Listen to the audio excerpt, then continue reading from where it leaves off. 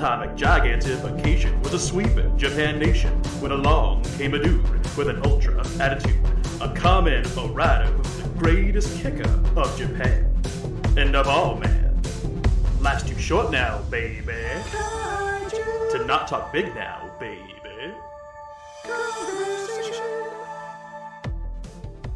Hello, ladies and gentlemen, and welcome back to Kaiju Conversation. I'm your host, Elijah, and joining me, as always, my lovely co-host and editor.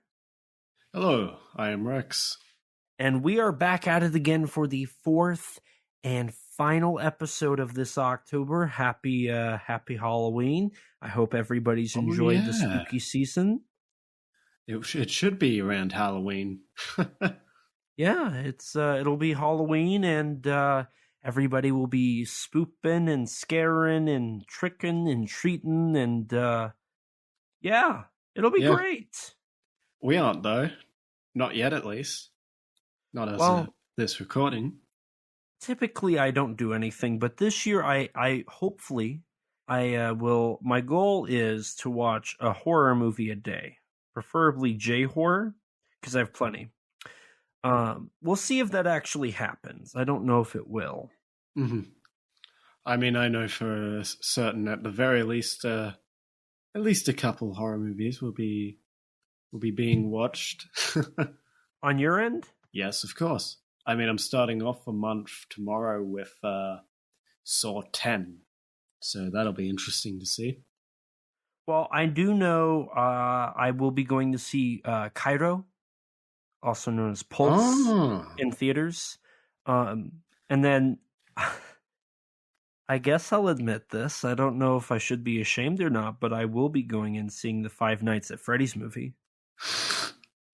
I feel like everyone will be. It'll sell 1 billion tickets. I feel like I say that and I'm criticized. But I also feel like there's plenty of other people that are going to go watch it. Oh, make no mistake, I fully believe that film will be very successful. It better be. We've been waiting almost 10 years for it. I fully anticipate very good box office for that film. Honestly, I'll be a little sad if it doesn't do well because Scott tried so hard to the reason it took so long was he was trying to find the perfect the perfect story, and then they went through a ton of directors, and I think at one point Blumhouse wasn't even attached, and then they ended up getting attached, and they brought in the Jim Henson company and all that. So I feel like this is the perfect this shows that if you're patient enough, things will come your way. Right. But we'll have to wait and see, I suppose, for the box office performance. Yeah. Hopefully it does well. By the next recording that you guys hear, we'll know if it's doing well or not. We'll probably talk about it a little bit. We'll see. Yeah.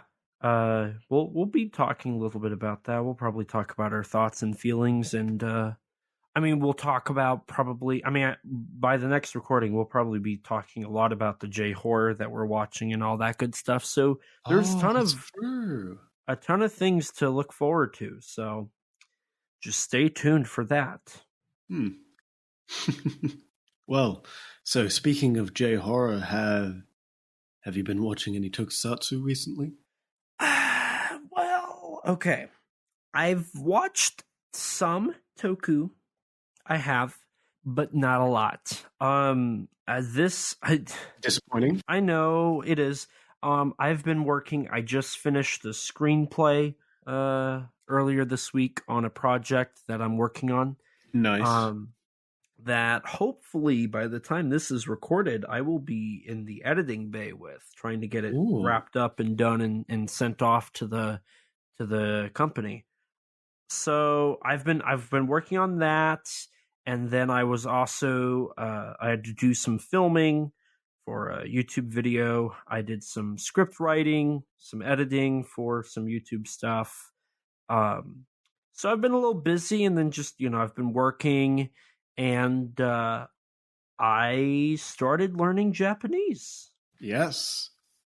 You and I have been spending at least an hour a night sitting on the phone working. I feel like it's been a bit more than an hour, especially on average. It's probably about an average of an hour. I'd say an average of about 2 hours. Maybe. So, I mean, I don't know how that's going to work after... well, I guess we'll just have to push off learning Japanese in October. That way, like on the days that I work, I can come home, fit in a J-horror movie, and then like learn Japanese for a little bit. But that's been taking up a lot of my time, which is why I haven't been watching stuff. I work 5 days a week at my actual typical job. And 3 out of those 5 days I close, so that means I'm in the building until about 11:30 midnight. Right. And then it's usually come home, get ready for bed, sit, call you, work on Japanese, get bored, like not get bored, but get tired, and then call it a night and then go to bed.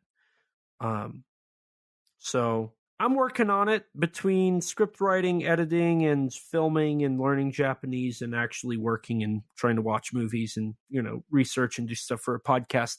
I got to get my life a little balanced out. So we'll figure it out. We'll make it work. But no, I've as of actually this recording, I finished Hiragana 101. And I've been learning some just Japanese, how to pronounce some stuff and how to say a few things, and it's been good. I'm fortunate enough to have some prior experience, so I'm a little bit further along, you could say. Just a little bit. Yeah. If you were on Duolingo, you would probably be on like 47, unit 47. I have not used Duolingo in a long time. That's what I've been using. So this whole week I've been doing hiragana. They've been really trying to push hiragana. And I just started katakana. So we'll see how that goes. Right. But, you know, it's I mean, I've been working on stuff. I've been getting some stuff done. Hopefully next week. I mean, next week starts the, you know, watching of horror movies every day. So next week I got to figure out when to like be editing, when to be filming, when to be learning Japanese, when to be, you know, writing, all that good stuff. So I'll have to figure it out quicker than I already am. But I did watch a Tokusatsu movie. I watched Wataru the Conqueror. Okay. It's a 1968 compilation movie from a Hong Kong studio. They dubbed it, they edited it. It is a compilation movie from the TV show Akage, or Red Shadow, which was a Toei television show from the mid-60s. That I've watched earlier this year. I watched Ninja Scope, The Magical World of Ninjas, which was the first of 3 compilation movies that this company did. They did that one, and then they did Wataru the Conqueror, and they did another one called Wataru and the Fantastiques. They're like 2.5 hours long, and they're kind of not great. It's obvious they're like compilations because the story is very weird to follow, but I've been watching them. I've finally watched Wataru the Conqueror, and I'm trying to watch Wataru and the Fantastiques, but I've fallen asleep, or I've just gotten so busy doing like podcast stuff and filming and whatnot that I haven't had time to finish it. What's funny is Wataru the Conqueror doesn't have any kaiju action in it. Ninja Scope does, and so does Wataru and the Fantastiques. But I'm struggling to get Wataru and the Fantastiques done, even though that one does have a kaiju in it. So I need to finish it. It's some of Toei's earliest kaiju action. Like they had the magical The Magic Serpent in 1966. Right after that, they did Akage, or Red Shadow, which had some kaiju in it.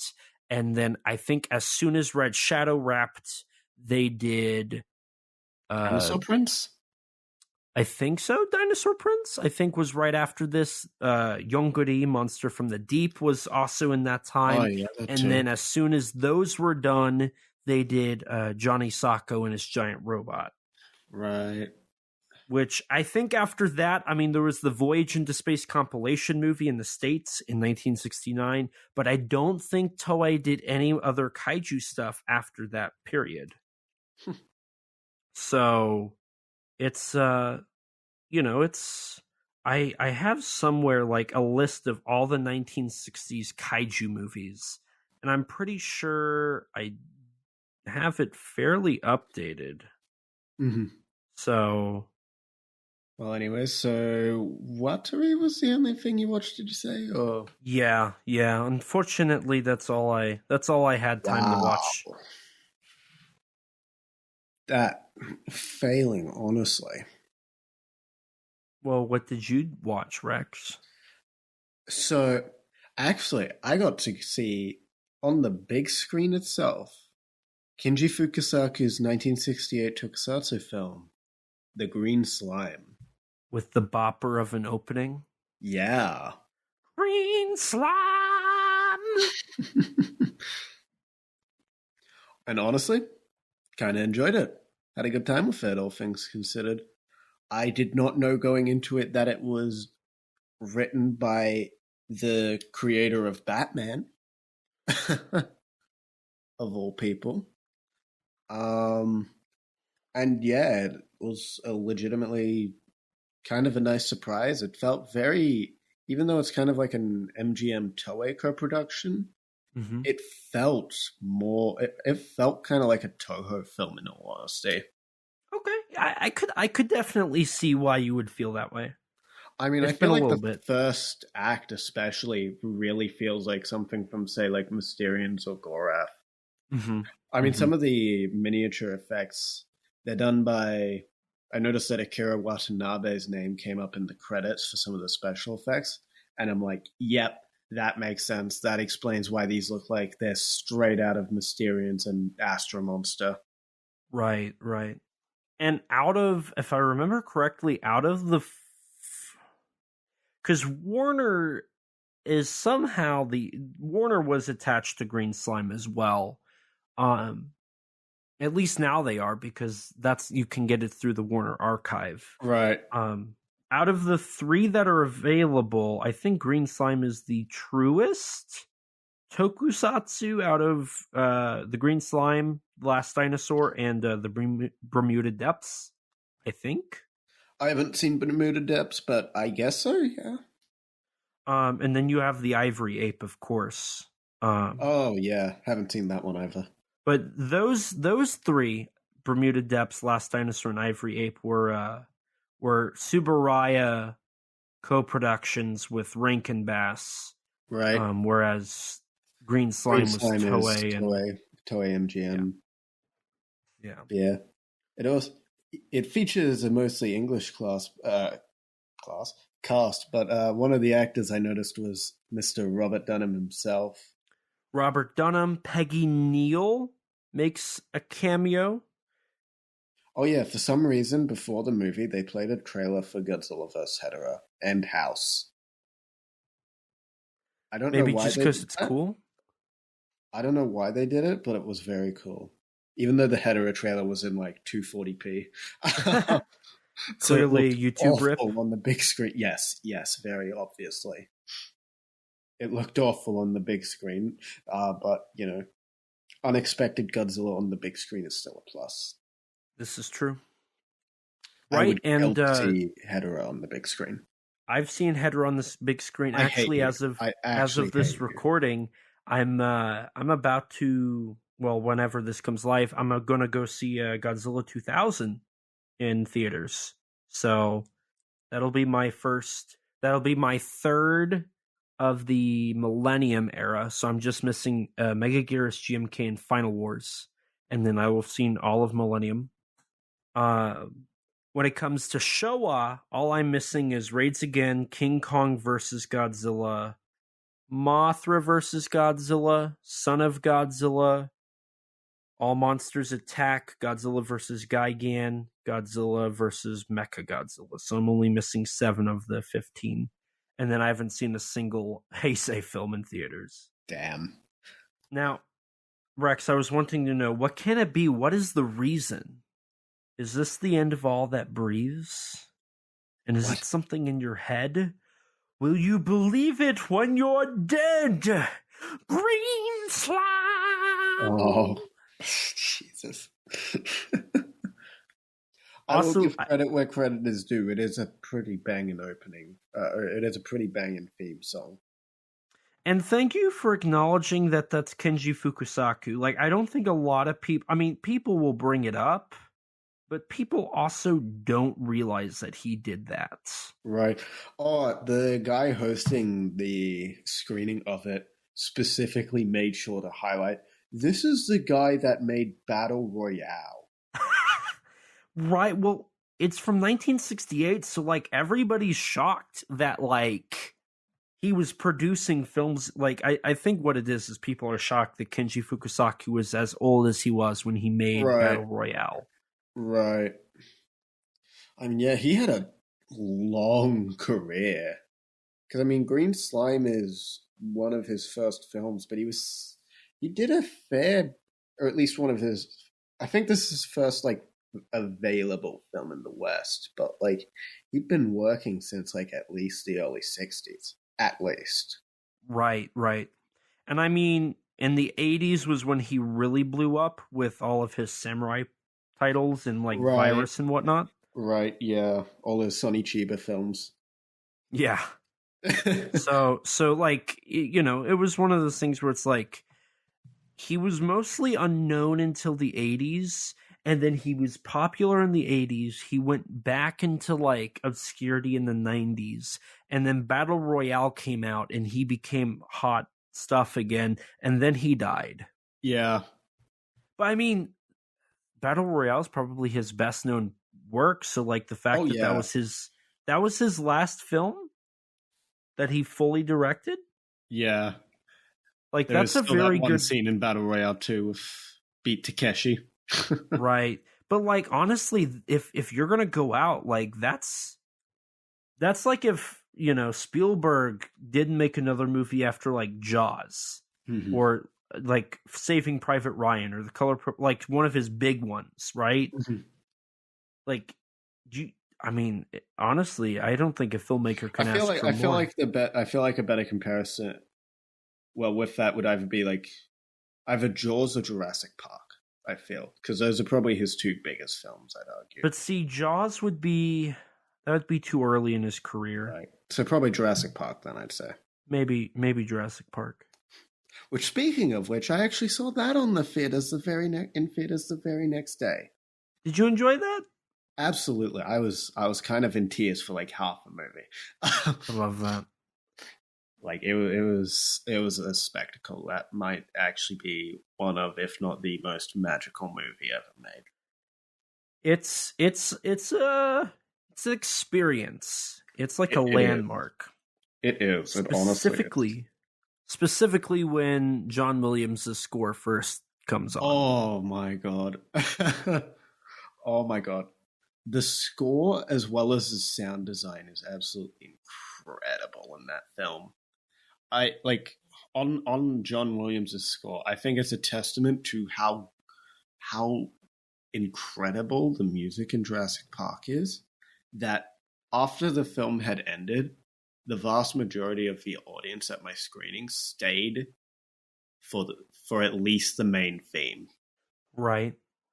Well, that's one of those rare occurrences. Well, rare, I mean, for John Williams, it's not rare because, like, it's every single one he's ever done. But, like, that rare occurrence of, like, the theme almost outlives the movie. Right. I mean, Jaws certainly is another great example of that, where the theme for Jaws is arguably just as iconic, if not more so, than the movie itself. right? Or Star Wars or Indiana Right. Jones, which there's one common thing with all of these. But no, even like honestly, I think Avengers, Alan Silvestri. I mean, Back to the Future and Avengers, I think, are some of Silvestri's most iconic work. Right. I'm more of a fan of Silvestri's Predator score, but his Avenger stuff's pretty good. I mean, I will forever believe Portals was where he finally found the perfect sound for that theme song, but Yeah. we're not here to talk about soundtracks, are we? No. So what other tokusatsu did you enjoy? Well, I've been keeping up with Kamen Rider Gotcha. I need to get back. I need to get back and catch up on Blazer again. Outside of that, nothing else that I can remember. Oh, But I'm doing better than you this week. this is true. Last week we were both like, we watched hardly anything. But okay, so what? I mean, we gotta give the listeners something. Well, we are covering zombie films this month. Right, which, on the topic of zombie movies. Oh. So I think I mentioned this last recording, but I have went and made a whole list of Japanese zombie movies. Did I bring this up last time? I don't remember. Okay. I don't either. But I have went and I researched. I went through multiple lists and multiple articles and websites and some simple searching, and I talked to a Japanese zombie enthusiast, to my surprise, Mr. Kevin Derendorf, who helped me on my list, and I have done a whole deep dive into this genre that I'm so fed up with at this point. Yeah, that sounds like something you would do. Well, it's so interesting because zombies are a very Western idea, right? Zombies and vampires Frankenstein, even the Invisible Man, none of those are I just really. watched that movie. Which one? The Invisible Man. Which one? The original. Oh, sweet, with Claude Rains. Yeah, my first Universal monster movie. That you've ever seen ever? Yeah, in full. Have you not watched Creature from the Black Lagoon or any of the Wolfman or Dracula or Frankenstein or Invisible Man? Sadly, Hunchback? not yet. Not yet, sadly. The Mole Men or the Mole People? No. It's one of those things where that whole series has been those classic Universal monsters. I've been wanting to watch them for ages, but I've never actually sat down to put any of them on. This Island Earth? Wow. So I'm okay, I want to watch a short movie because I've spent too much time trying to figure out what movie I wanted to watch, and it ended up taking a lot of the time I had. So I'm okay, Invisible Man. I'll go with that. That's 70 minutes. Great. And yeah, it was really good. I loved it. The Mummy? I've seen the Brendan Fraser one. I mean, I guess that does technically count. It's not the classics, but it is the... No. I've seen the Invisible Man remake. I've seen... This isn't quite Universal, but I've seen Nosferatu. It's adjacent. It's adjacent. I'll give you that. But yeah, no, it's Universal Monsters is something that I've neglected for far too long, I'd say. Huh. Interesting. I mean, I haven't watched. I've watched all the creature movies. I want to say I've seen all the Frankenstein ones, and I've seen most, if not all, the Wolfman ones. I haven't watched any Dracula films though, and I haven't watched any remake besides the unofficial stuff, the Monster Squad and stuff like that. But okay, I want to interesting. watch Monster Squad. That looks like a fun movie. It's very fun. It's by the same people that did The Predator. Oh, nice. The suits look awesome in that movie, like the creature suits specifically. Well, they were made by your favorites. Was it... Who was it who did the ones in that film? Was it... Tom Woodruff and Alec Gillis. Oh, Gillis? ADI did it. Oh, okay. Yeah. Oh, well, this Stan was Winston as well. Okay, so this was before... Was this before ADI. they made ADI? Okay. Yes. Okay. Tom Woodruff Jr. actually was the creature from the Black Lagoon. He played him. That's right. Yeah. Okay, so... Oh, yeah, this would have been before... This was when they were still with Stan Winston. That's right. Okay. So... But no, like talking about the Universal monsters and all that, like the idea of Western monsters is like so interesting to like think about it in terms of like being in Japan. Right. Because, I mean, until, you know, the U.S. occupation and like the influences from Western culture, Japan wouldn't have known any of that stuff. I mean, they didn't get Night of the Living Dead or Fauci's zombie movies. Like that stuff didn't go over there, really. It kind of like they were neglected until like after the 80s, like the late 80s, early 90s was when that stuff started flowing in, which I mean, there are a few minor instances in the mid to late 80s of zombie movies, and some people like argue Matango and the Living Skeleton, which I highly disagree with. Yeah, I wouldn't. I get the whole zombie-like, but I wouldn't quite classify them as zombies. Yes. There's certain things with zombies that kind of have to happen. Like there's certain tropes, like rising from the ground, you know, kind of walking with like gore, guts, blood, not really walking like normal humans, kind of slow, kind of brainless. Right. Like, I mean, I can see where you can kind of make the comparison with like the humanoid, like the more human-like Matango, but like the other ones, not really. I wouldn't consider them zombies. I'd consider them their own separate entity that's similar. Right. And it's not even like, because, you know, for the Invisible Man, there's an argument to be had for the secret of the Talesian, the H-Man, and the human vapor. Mm-hmm. But with the post-war nuclear allegory, like metaphors with that.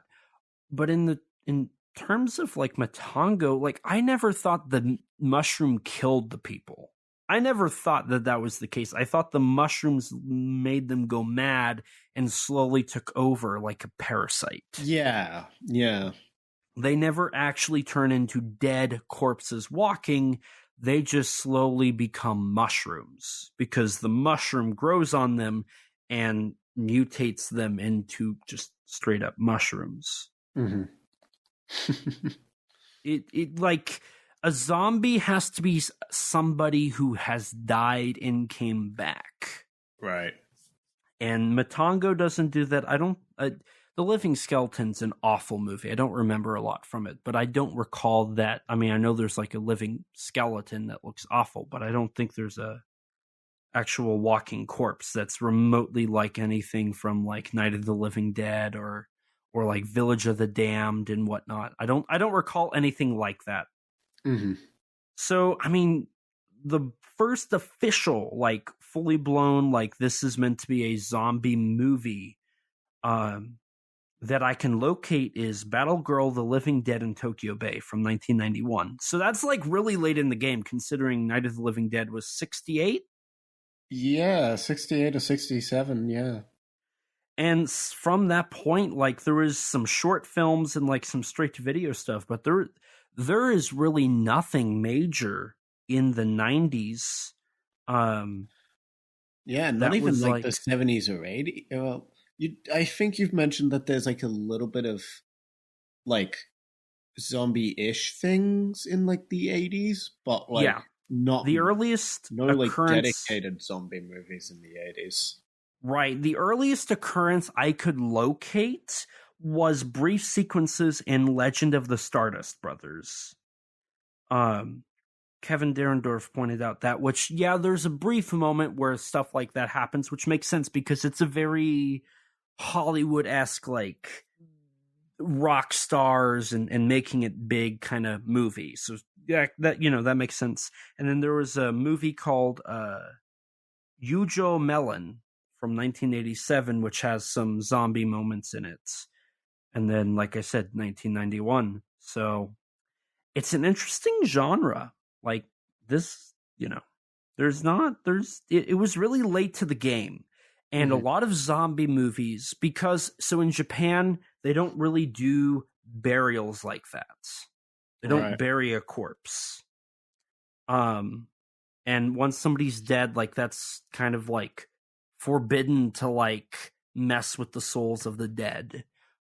When you see stuff like that, it's usually in a spiritual form, not in a physical form that they come back. Like your Sadakos or your Kayakos or your Tomie, I think. I guess, yes. She does come back to life a lot.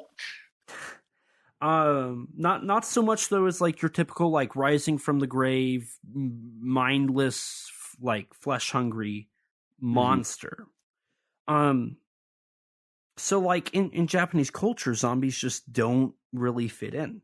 So there has to be some like Western influences. But in more recent times, what's interesting is zombie films are more comedic or exploitative.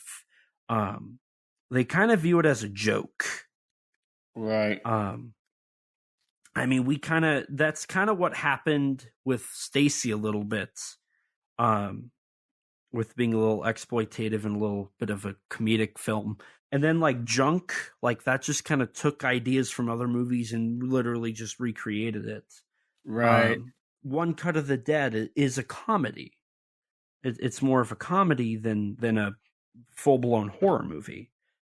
So like it's rare to find a zombie movie that like took itself serious and kind of brought some new, fresh, ideas to the table, at least either in Japan or in the world, right? So it's kind of hard to find stuff like that. Well, do you remember, have you finally remembered what film we're covering today? Well, it sounded like you didn't have anything, so I was just talking about zombie movies. Well, on the topic of zombie movies, I did very recently revisit one of Ryuhei Kitamura's films, believe it or not. Okay. Yeah. A little film from 2001, believe it or not. Does it ring a bell to you? Anything whatsoever? I don't remember a movie from 2001. Not even a movie that premiered in 2000? Anything like that? I know of a movie that came out in 2000, yeah. Yeah, it had its premiere in 2000 and then full release on September 8th, 2001. Never heard of it? I do recall a movie that premiered in October 29th of 2000 that is a zombie movie directed by Ryuhei Kitamura. What movie are you referring to? Do you remember your movie's name? My movie? Yeah, the movie you were talking about. Do you remember its name? Well, why don't you tell me what you're talking about, and we'll see if it's... I am talking about Ryuhei Kitamura's Versus. Yes, I do know what you're talking about. Oh, good. Did you watch it? It's funny you bring this all up, because... You didn't watch it, god damn it. I did, in fact, watch it. Oh, good. Yes. Because that's today's episode. Oh, perfect. It all lined up. So, I just brought up how it was actually rare to find a zombie movie that was kind of fresh and kind of like reinventing or just kind of new to the genre, right? But this is actually a good example of that. So why don't we why don't we dive into where this film came from to kind of understand where its fresh take came? Okay. Well, first, I think we should introduce our audience to Ryuhei Kitamura himself. Right. Do you want to begin, or should I? Why don't you go ahead? Okay. So Ryuhei Kitamura, for the unfamiliar, is a Japanese film director born in 1969, probably most well known to Tokusatsu fans for his 2004 film Godzilla Final Wars, but has also directed various other Tokusatsu films such as Alive, Azumi. He's adapted the works of Clive Barker in the Midnight Meat Train. He's done a live-action Lupin the Third and various other films. So, yeah, born in 1969, he basically grew up with films. Films were essentially his life for all intents and purposes. Specifically being attracted to action, horror, and sci-fi films. One of the biggest influences of his life in film was Mad Max 2 from George Miller, leading to him moving to Sydney, Australia at age 17 and enrolling in film school there, just dropping out of high school near the end of the year and being like, "Hey teacher, I'm going to film school. Bye." And yeah, he was in film school for a year. He graduated with a short film that was shot in 2 days named Exit, that was shot on a budget of about $200 Australian. Right. Which won him Best Director of the Year and a Kodak Award, which ended up giving him quite a name in the Australian student film world. Right. And what's interesting is the reason that he had 2 days, he had 2 days to shoot and 1 day to edit. Mm-hmm. And that was because he had he was graduating, right? And he had put off making a movie to the point where he was like, well, I got to do something. So he rushed this out as quickly as he could. And what's interesting is it was a zombie movie taking place in the woods that included intense fighting, combat with knives. Yep. Kitamura said it was basically what Versus was, but on a smaller level. Smaller scale. And it did very well. But oddly enough, I mean, he refuses to show Exit, which is kind of sad. I'd love to see this student film. Especially since it's basically, from the sounds of it, it's essentially the first, in a sense, it's the first version of Versus. You could say. Right.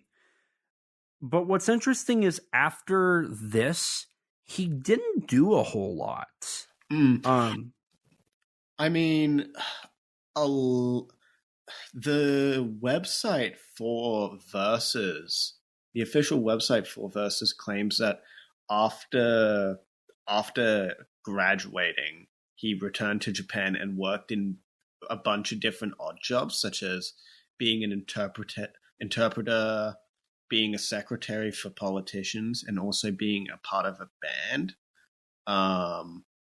But according to an interview conducted by Tom Mez, that if Kitamura says no, he did not. The only job he's ever done is working in film. So I don't know what the official Versus website was talking about. Well, to my understanding, in Australia, so after he graduated, he was in Australia up until about 1992. Mm-hmm. And he ended up being a singer for a band, because I think that was in the interview that was mentioned, or it was in something in the booklet for the Arrow release. He stayed in Australia, but eventually he was like, I'm going to go back to Japan. Right. And then he went back to Japan, and then in 1996, so about 4 years after coming back to Japan, he produced his first film, which was a short film. It was called Down, or it was 1990. I'm trying to remember when it was. What, 1997's Down to Hell? Or... No, it was before that. Oh, the one before that. Heat After Dark. Heat After Dark. That's the movie. It was from 1996. And that is basically a Yakuza gunfight movie. It was about like 50 minutes long. So he did that in 1996.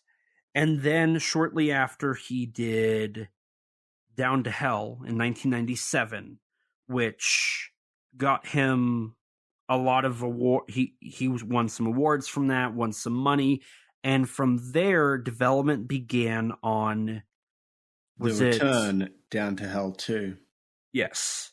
Which, that was the work, they filmed the movie with that in mind until Yoji Shimura, he was a friend of Kitamura, he was working on the behind-the-scenes filming of Versus, and he ended up becoming the second unit director for Godzilla Final Wars. Yeah. Shimomura suggested that you've been fighting your whole life between school and moving and money and budget and producers and all that to make a movie. Why don't you just call this Versus? Mm-hmm. And that's what it became. Yeah. Yeah, Down to Hell 2 originally was, Kitamura himself was kind of frustrated with the Japanese film industry and he didn't care for the current state of it at the time, which was focusing on love stories, family stories, and all that type of deal, and felt that in particular the action movie scene in Japan was very lacking compared to what Hollywood and Hong Kong were doing at the time. Mm-hmm. But unfortunately he couldn't get any producers to help him with it, so he ended up making Versus.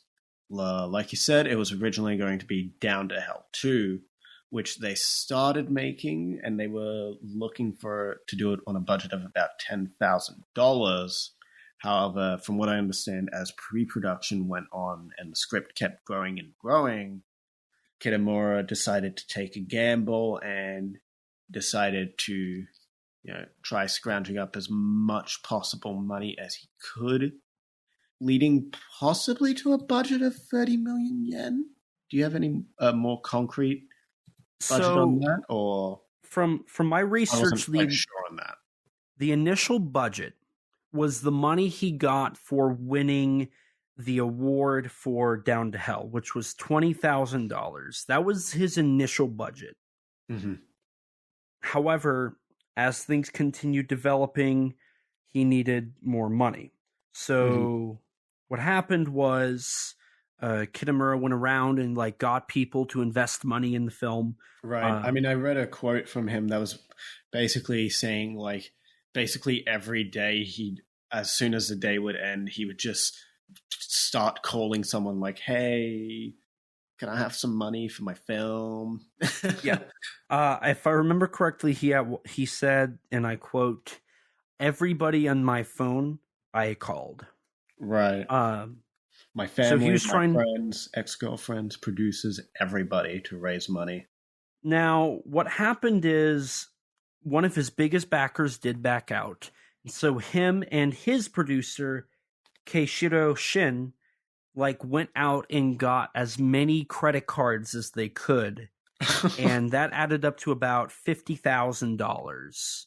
And so that they used towards the film. And then they would ask for money. People would pitch in money, give them money. The crew, a lot of them worked for free. It was just this whole thing where it's we got to see how much we can, how many people will be willing to donate for this. Mm-hmm. And so as it continued to, as they continued to film, the final budget ended up being about $300,000, which is pretty decent. Pretty good. But needless to say, it wasn't an easy production by any means. No. But before we go into that, we should probably establish the influences for this movie. Okay. Because that also had a lot to do with it. Kitamura specifically cited George Miller, John Carpenter, and Sam Raimi as like direct influences on his style of filmmaking, the way he approached film, and just, you know, how he wanted to be a filmmaker. Evil Dead is probably one of what's interesting is from what I've been researching, and this has been something I started this, I want to say about a year ago, and I keep seeing it. Evil Dead is probably one of the most influential films in Japanese cinema. Certainly on like the Japanese horror side, at least. Yes. I mean, there's even a movie called Japanese Evil Dead, which is attempting to be like a. I mean, Evil Dead itself has just been a very influential series for low budget and indie creatives in general.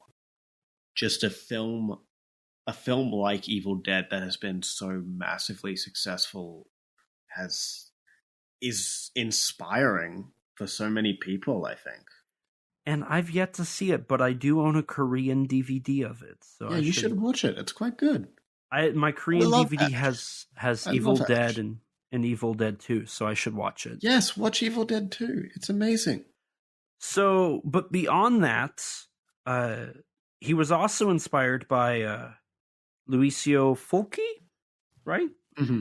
The zombie movies. We talked about them last week a little bit when talking about Junk, but specifically the first one, I remember seeing cited Zombie 3. That was the one that Ryuhei Kitamura specifically talked about. And then he loved Yakuza films, so he was like, I want to make a Yakuza versus zombie movie. And then Tak Sakaguchi, while in the offices of Napalm Films one day, he was looking at a manga called I Am Teppei, which was about a samurai. And Tak Sakaguchi was like, we should make this a samurai movie, like put some samurai in it. And Kitamura was like, I love that idea, but how am I supposed to do that? And then he cited Highlander as another film that he took inspiration from. So between Zombie 3, The Evil Dead, Highlander, Versus was kind of born. Production started for the film in fall of 1999, specifically October 4th of 1999. They had a grand total after production wrapped of about 150 crew members total. But while they were making it, like you brought up, they weren't happy with the Japanese film industry. And at this time, so for some context, they were filming in 1999. So this was after Ring, this was after Spiral, and I believe this was after Ring 2. Because Ring 2 was early 99, I want to say. I think so. So the Ring films had already started. Right. Ju-on was not a thing. I think Tomie was not yet. Yeah, Ju-on came out sometime in 1999. I don't quite remember when The Curse came out, but sometime in 1999, I think. Ju-on the Curse came out February of 2000. Oh, okay. Never mind then. But J-horror was starting to become something. Tomie was 98, though. Tomie was 98. So you had Ring, Spiral, Ring 2, Tomie, probably the sequel, maybe. Yeah, Tomie Another Face was 99. I'm pretty sure. And you were starting to see some zombie films as well, like Wild Zero, Embalming, The Day Shuffle, Flock the Dead Spirits, Junk, like we covered Junk was not out yet. Junk was after this. Yeah. Junk came out after this, my bad. But you were getting some zombie movies. You were seeing horror films creep in, right? Like everybody was starting to look into producing horror movies. And Versus came Actually, out no, like Junk was first. Junk was before this, actually. I just double checked. Because it was So- January of 2000. Versus had its premiere in October, but didn't have its full release until September 2001. Okay. So, Junk was coming out, but it was all very Japanese, or it was all very low budget and wasn't getting a lot of acknowledgement. And Kitamura, somebody who, left Japan, learned filmmaking in Australia, loved American filmmaking, moving back to Japan, he wanted to appeal to the international audience. And being that he was taught in Australia, like he kind of had that idea of what the international audience would like. So while producing it, they didn't like it's a 2-hour runtime. They wanted it to be long, like an American movie. They wanted it to be very American, very international based. They weren't worried about Japanese audiences. They wanted international audiences to like it. Mm-hmm. On the topic of this film, I feel like it's important to bring up our leading actor, Mr. Tak Sakaguchi, whom I feel like is this movie is essentially the quintessential Tak Sakaguchi movie. Right. Yeah. Our leading star. I found it interesting how apparently there's two different stories on how Tak Sakaguchi got involved in this film. The first story is that Tak Sakaguchi met and starred in Yuda Yamaguchi, whom is one of his films or shorts or something. Yamaguchi being the writer, one of the screenwriters of this film outside of Kitamura himself, who also wrote it. And apparently Kitamura saw this short or film or whatever and decided to cast Tak in the role. However, later sources such as Tak Sakaguchi himself, as well as Kitamura in later interviews, would go on to say, no, Sakaguchi first met Kitamura during a street fight where Kitamura he saw him beat someone up and just was like, hey, you should call me. You shouldn't be fighting on the street. You should be fighting in my films. And then eventually he convinced him to go to a party where they met again. And this time Kitamura was in a fight with some German guy. See, and the same party was also where Kitamura met actor Hideo Sakaki, whom is our main antagonist of this film and the protagonist of one of his later films, Alive. Interesting. I didn't know how they really came to be. To my understanding, a lot of the crew was like friends of Kitamura or people who had worked on Down to Hell. A lot of them came and helped, and just people that Kitamura knew, like around Japan, like he would call them and come in. I didn't know that there was some lore with Tak Sakaguchi. I mean, apparently Tak's character in the film is basically a combination of Kitamura and Tak's own personalities in real life. Well, it's also worthy to note that Tak even had his first run-in as an assistant director on Versus momentarily. He did it for one day, and it was when the boss's 3 assassins arrived. Now, the funny thing is, Kitamura hated it so much that in Ultimate Versus they reshot it and cut that whole scene out. He didn't like it, and I mean, Tak Sakaguchi ended up like he would go on to do other work. He would learn how to direct. He would be an action director. He would do a lot of stuff, right?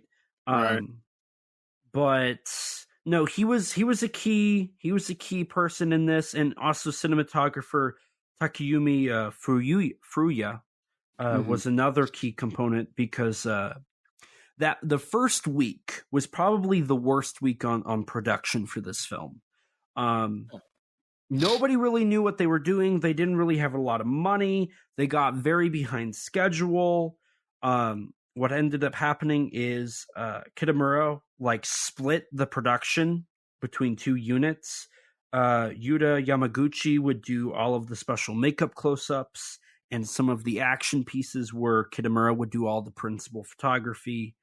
But production would kind of get back on track when Furuya-san came on.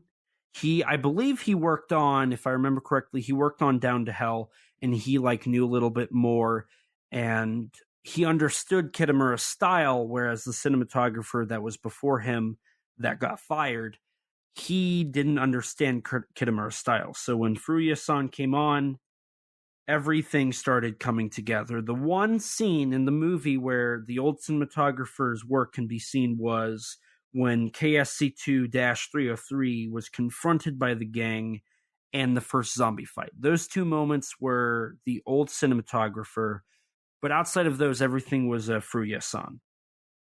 And I think it's a little obvious because of how quick and how fast everything is and how fluid the camera movement is. Oh, yeah. That's something I definitely noticed at a couple points in this film, is just the energy of the entire film, and which honestly is just Kitamura's style in general. Right. And that's something... Final Wars and, to an extent, Alive. To an extent. No, Kitamura has a very energetic filmmaking style. And a lot of that, too, was he wanted, Versus... He didn't want it to be V cinema. He never considered doing a straight to it was always intended to be a theatrical film, and he was going to make that happen. He liked big action sequences. He loved stuff like that.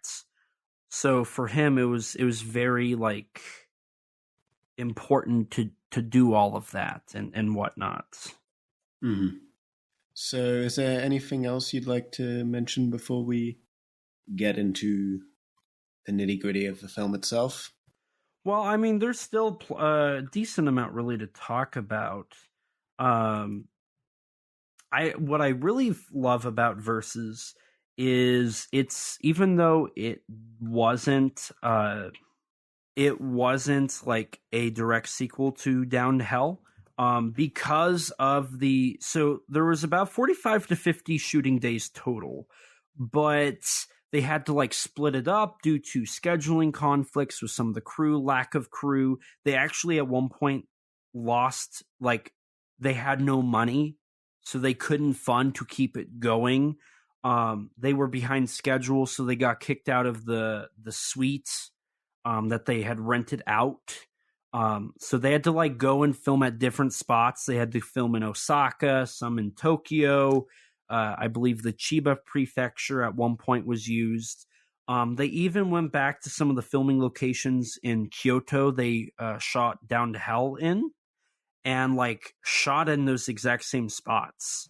Damn.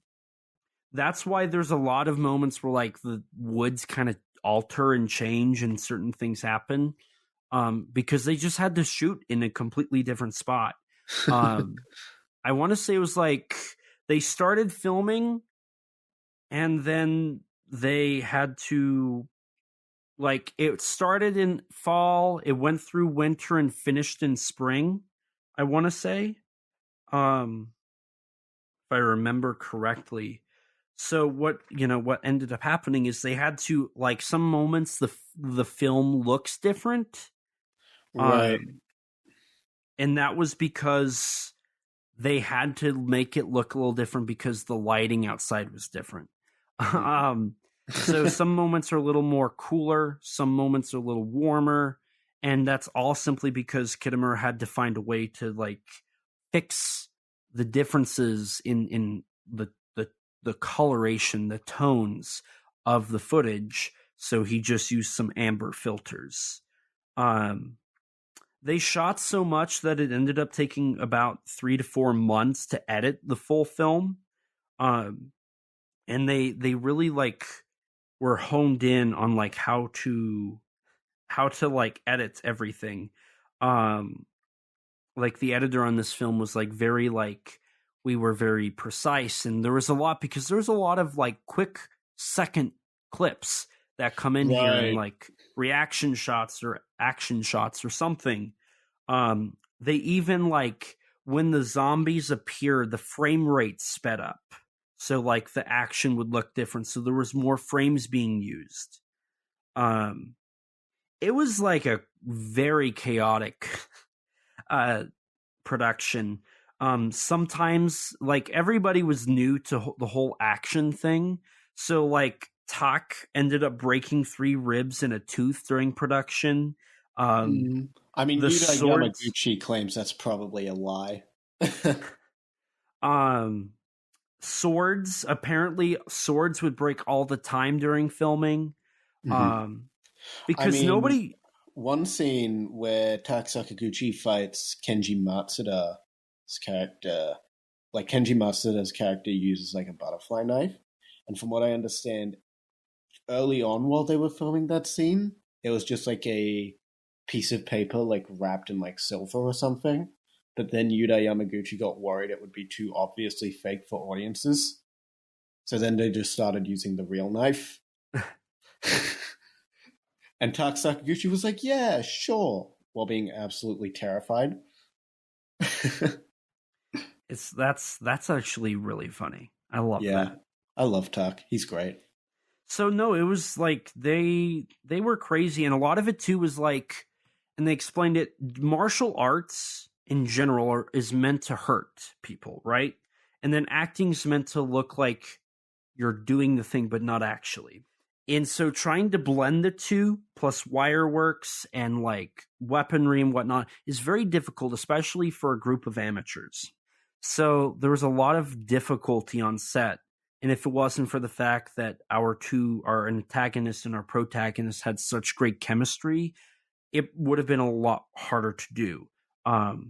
But it was very difficult initially to like get the actors to remember the exact movements and what to do without actually injuring themselves. Right. It's also worthy to note that even though Kitamura had done Exit and kind of had that idea, pre-production for the film lasted from summer of 1999 up until October, so it was about 3 months total of pre-production process with the casting and the script writing and the screenplay and all that. That took about 3 months total.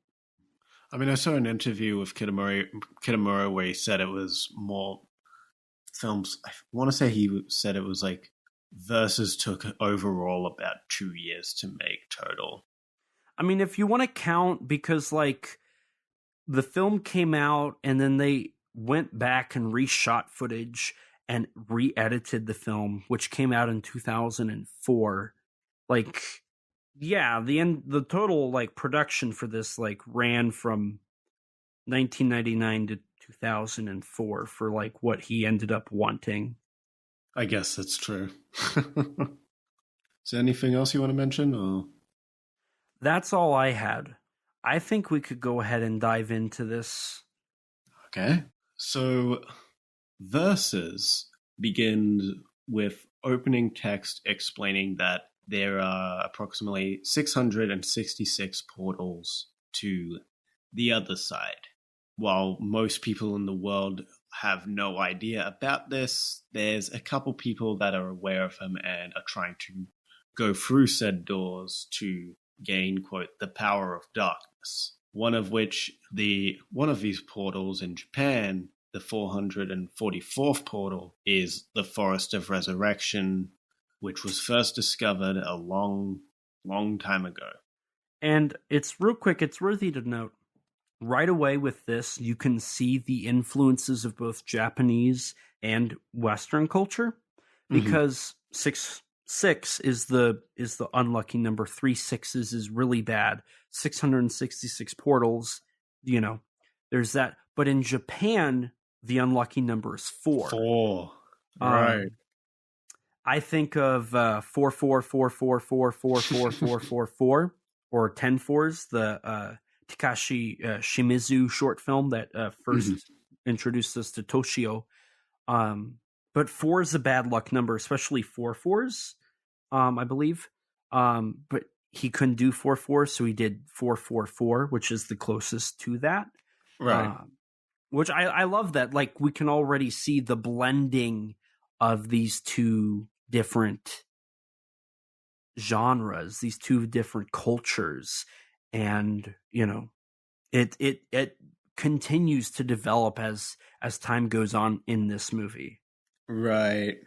And this is where we cut to our first action scene where a Japanese samurai is fending off against zombies. Right, and they're kind of your stereotypical zombies. I mean, they are holding katanas. They are holding katanas, but if I remember correctly, they don't really do a lot in this sequence with them. No. They all just get sliced and diced. Right, which I love the fact that this film does not wait to like jump into the action. It gets right into it, and this is just Kitamura. Right, but I mean, keep in mind, this was his first film, so like thinking in the context of this is probably what most people saw for the first time, like it doesn't slow down. Right, yeah. No, that's true. From here, after the samurai has defeated all of these zombies, he is confronted by the man, played by Hideo Sakaki. Right. And keep in mind, nobody has actual names in this movie. No. Like, no he's one just has known names. as the man. So when we don't know the names of the characters and we're just like the guy, the man, the antagonist, like that's honestly the best we can do. I mean, most of the time I'm just going to be calling our main characters Hideo Sakaki and Tak Sakaguchi. Fair enough. Speaking of whom, after Sakaki just slices the samurai into two pieces, the dying samurai looks over to see a Straw Hat Ronin. And that's when we get our title card versus, where we immediately jump to another action sequence of two prisoners escaping prison. Right, and it's also worthy to note, so that title sequence was done for free. They were able to go into a place to like digitally create that. They only had like 3 hours to do it. And it would have costed, like, they couldn't have afforded it, but the person who had the technology like let them go in for a handful of hours to do it, and that's really cool, at least I think. But during this whole, the two prisoners running away, the camera's moving very fast. Like, oh yeah, they're cutting, they're moving around. There's a lot of motion. Bit of shaky cam here and there as well. Right, which it's not bad shaky cam. No, either. It's not bad. You can clearly tell what's going on. It's meant to add with shaky cam, but here it's clear. It just gives off the chaotic energy to the scene. Right. It's not like, and the camera's never really fixed.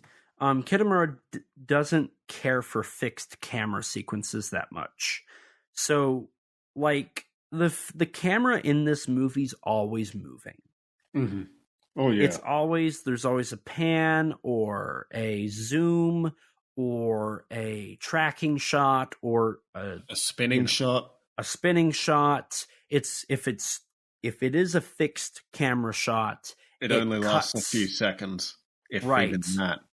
And then there's the shaky cam, but it's shot in a higher frame rate, so that shaky cam doesn't come across as like blurry or like what's going on here, like you would see in a lot of like Toei television shows. There's a lot of shaky cam because it's just a dude running through the jungle recording this dude in a Kamen Rider outfit.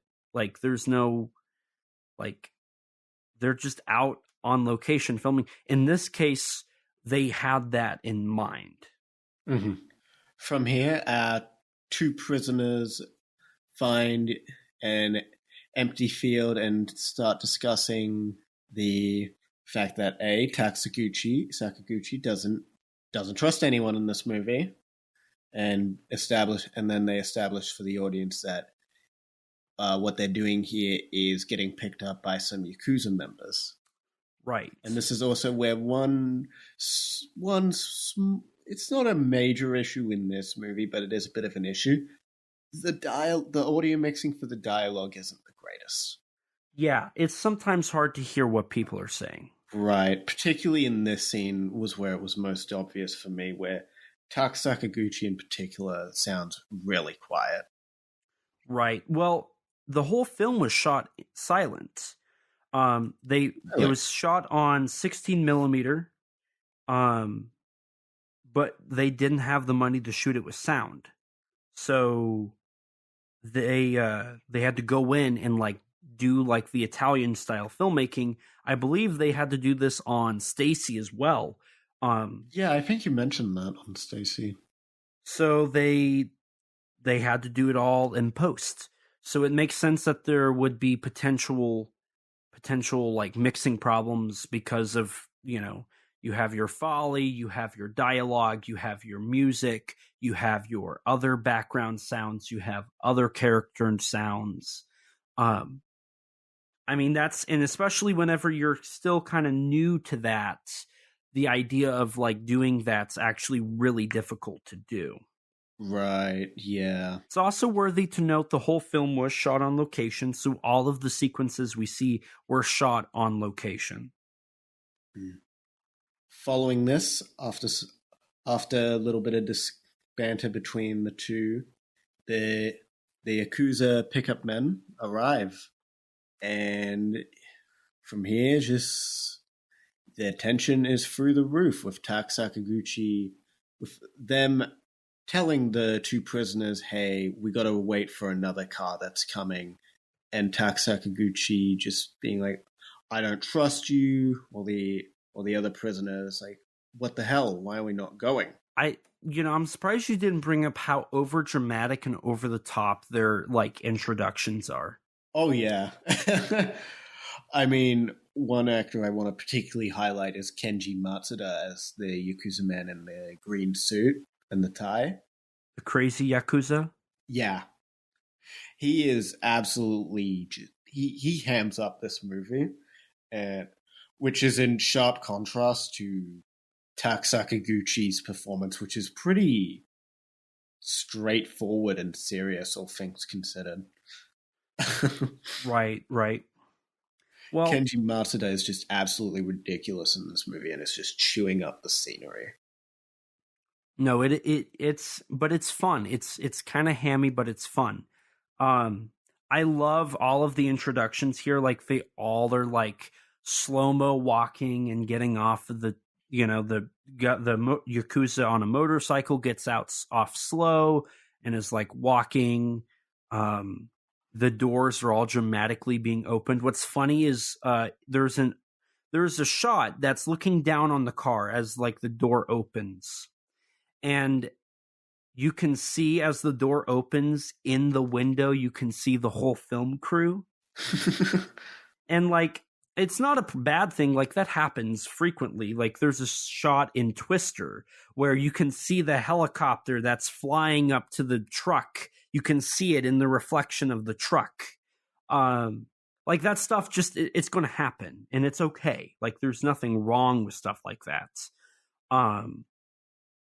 I have no issue with that. It's fun though. It's fun to see that. In my short film SOS Sick Shelter, I kind of did something similar, though unintentional. I was wearing this bright red Hawaiian shirt, and in one scene, as I'm following my actor down into the basement, I walk past a window, and you can see the red of my shirt.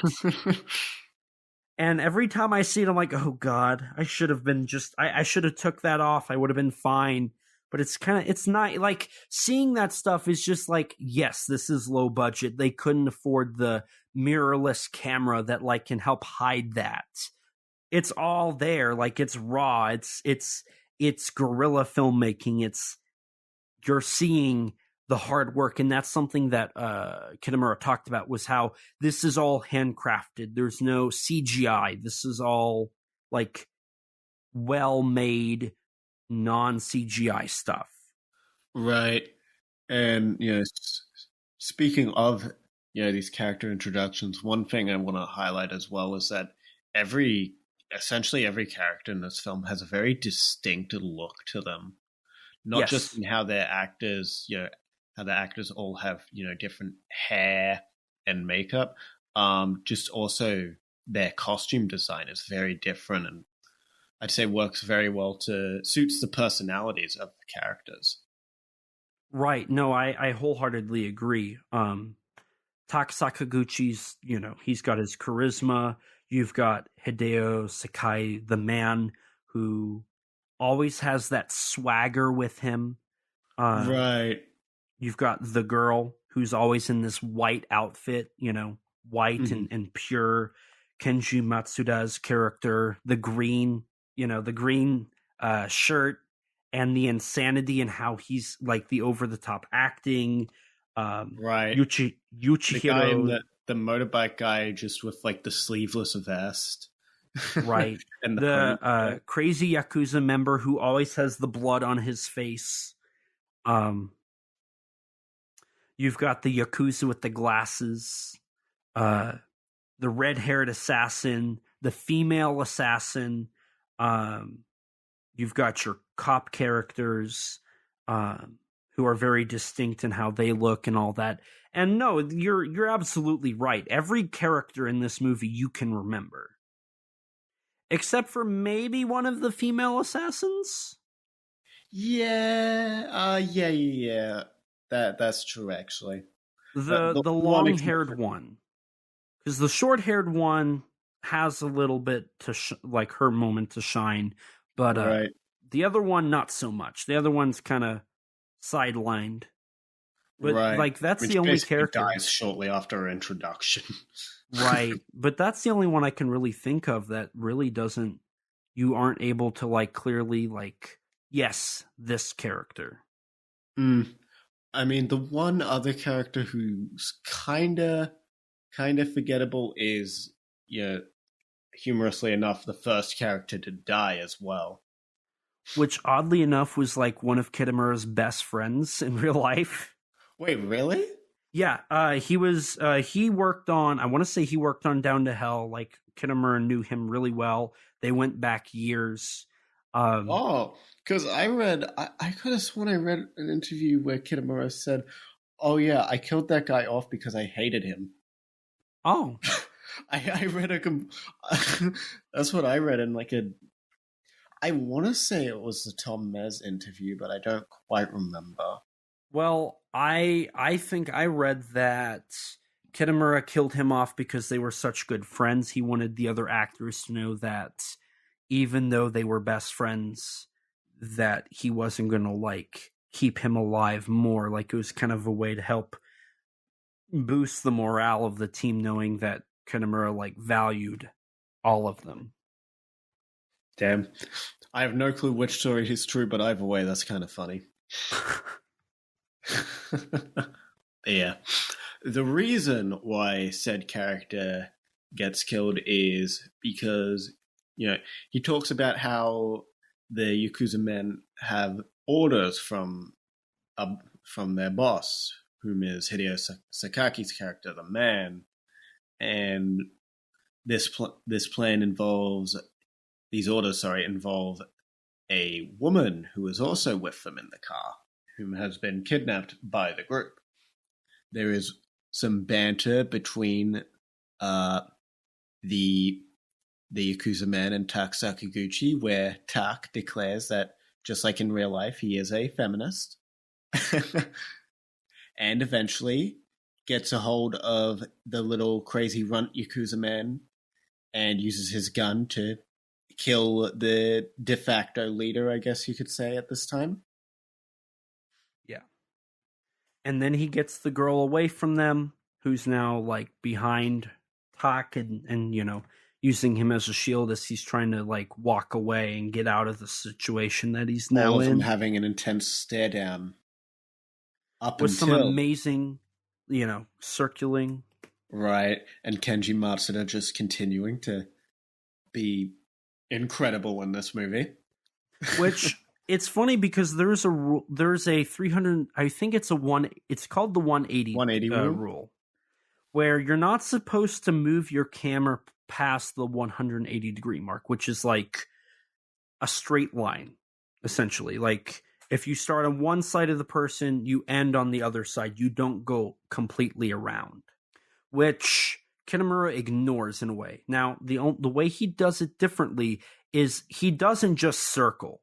There's cuts. There's jump cuts on different angles, which makes it feel a little more energetic, which adds a little bit of that energy to the film that is present throughout. Right. Yeah.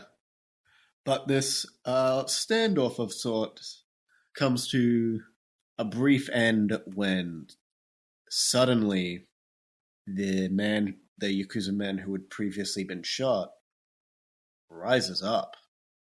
He has now turned into a zombie. And this is where the mayhem really begins. And it never really stops. No, at no point does it really stop. There's few breaks between the action. Right. And I mean, we get a whole shootout thing between all of the Yakuza members, Tak's character, and the now zombie, eventually killing him. Right. Yeah, and then Matsuda just kills the other prisoner. And the reason to my understanding, the reason they did that was to test if people would come back to life. Oh, okay. I guess so, yeah, actually. Did you read something differently? No, honestly, 2 plus 2 didn't equal 4. Brain just didn't think of that. At least that's how I took it. I think you're right. No, I think you're right. I just didn't think that. I didn't have a thought at all. Gotcha. But no, that actually makes complete sense. No, but what's funny is, surely enough, like after a few seconds, he does come back to life. Yeah. And all the Yakuza They shoot at it as Tak Sakaguchi gets away with the girl. And from this point, basically the rest of this movie, up until about the halfway mark, is let's find Tak Sakaguchi's character, let's find the girl. And yeah, essentially for the next 40 or so minutes, it's just an entourage of action sequences with them. During this, Tak Sakaguchi finds a corpse which just has a strange resemblance to the samurai from the very beginning of the film, and takes his clothes, including a leather trench coat, which is basically a signature of Ryuhei Kitamura's film's costume designs. Well, wasn't that taken from The Matrix? I mean, yeah, Matrix would have been out by now. Yeah. And The Matrix was really popular. And I mean, right. It's obvious, like, The Matrix was influential on Kitamura's films, given Alive and Final Wars directly lift a scene from Matrix. Right. So I kind of took that as, and like Returner would end up doing that as well. Oh, yeah. That was just kind of like one of those like tropes of the early 2000s. If you were a cool action character with a gun, you wore a long black trench coat. Oh, yeah. I mean, this film very much feels like a product of that time in the best possible way, I'd say. Yeah, I would agree with that. Especially in just the editing of this film, with that high energy is a style that very much was popular in the 2000s, I'd say, after The Matrix came out. That really, really was popular. And then also the wire work as well, which is another thing that was kind of popularized by Matrix in and of itself. Right. And it's also worthy to note that this stuff is kind of what led to now it's kind of difficult. I mean, people criticize film now when they don't. So, like, if you watch Jaws, the first blockbuster movie, First movie to make over $100 million at the box office in the summertime. Spielberg utilized what a lot of classic filmmakers do, which is long, lingering shots. I specifically think of when Brody gets on the ferry to talk to the mayor. It's one shot. And it's one shot from the moment that the car gets on the ferry, they get out of the car, they're talking with Brody, they sail to the other side and get back in the car. Oh, that's right. Yeah. It's one shot, one take. And all it is the camera, occasionally pans and moves, but for the most part, it just stays still. It doesn't really move a whole lot. That is all it does. But now you could not do that in a Hollywood movie. I think of certainly not a blockbuster. No, right. Not recently, a couple of years ago, the Murder on the Orient Express had a remake, came out, and the biggest complaint that audiences had was it was slow. And I remember reading one of the critics brought up that was because it was there was a lot of slow, lingering shots. It was marketed as kind of a bigger budget Hollywood movie, right? But it was so slow that the audience could not be interested enough. And so now, since like The Matrix, and like Starship Troopers at this time as well, stuff like that eventually would lead to like the Transformers films. Because of the high energy editing, that led to now audiences are conditioned to believe anything other than high energy edits, cutting between characters, is not engaging enough. It basically, this was the creation of the roller coaster film. Versus is one of the earliest examples of a roller coaster movie. And speaking of roller coaster energy, shortly after Takasaki and the girl, he gets the clothing and they continue to run. The motorcycle Yakuza does catch up to them. Oh, yeah. Yeah, and this is where we get probably one of the more high-octane fights in this movie, just with, the editing and also the choreography in particular was something that I found really striking. At one point, I just straight up I thought that Tak broke the biker Yakuza's arm for a second. Mm-hmm. No, there's a few moments in this movie where they do stuff like that. Nah, yeah. I think it also helps that this fight is intercut with the Yakuza learning about the whole fact that this forest is where they've been dumping bodies, and all the bodies that they've seen are coming back to life. And they structure it very well because you have Tak and the motorcycle Yakuza fighting, intercut with the Yakuza figuring out the problem that's about to happen. And as soon as the fight kind of gets to a point where it's boring for Tak and the motorcycle Yakuza, it focuses on the Yakuza and the Return of the Living Dead. Yeah. Which is very well done. It keeps that energy going. And then before that gets boring, the zombies start using guns. Yes, and I love...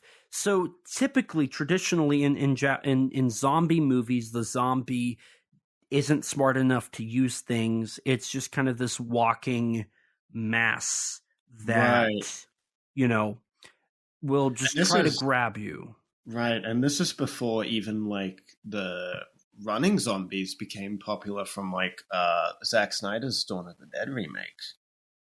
So at the time, zombies were more or less, to my understanding at least, more or less just the very traditional lumbering zombie as pop culture knows them, without very much reinvention.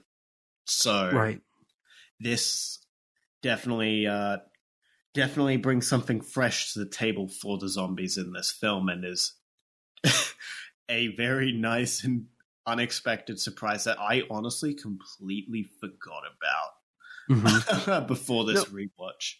It's really nice. I love it. Because honestly, during this rewatch, there was a lot of things that happened in this movie that I just completely forgotten about. It honestly felt like I was re-experiencing the whole movie again. I absolutely loved it for that.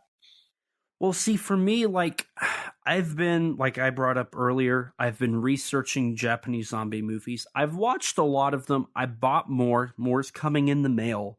I've been, I've kind of put myself into this genre, even though just a few months ago, it's like, I'm tired, I'm done, I'm bored.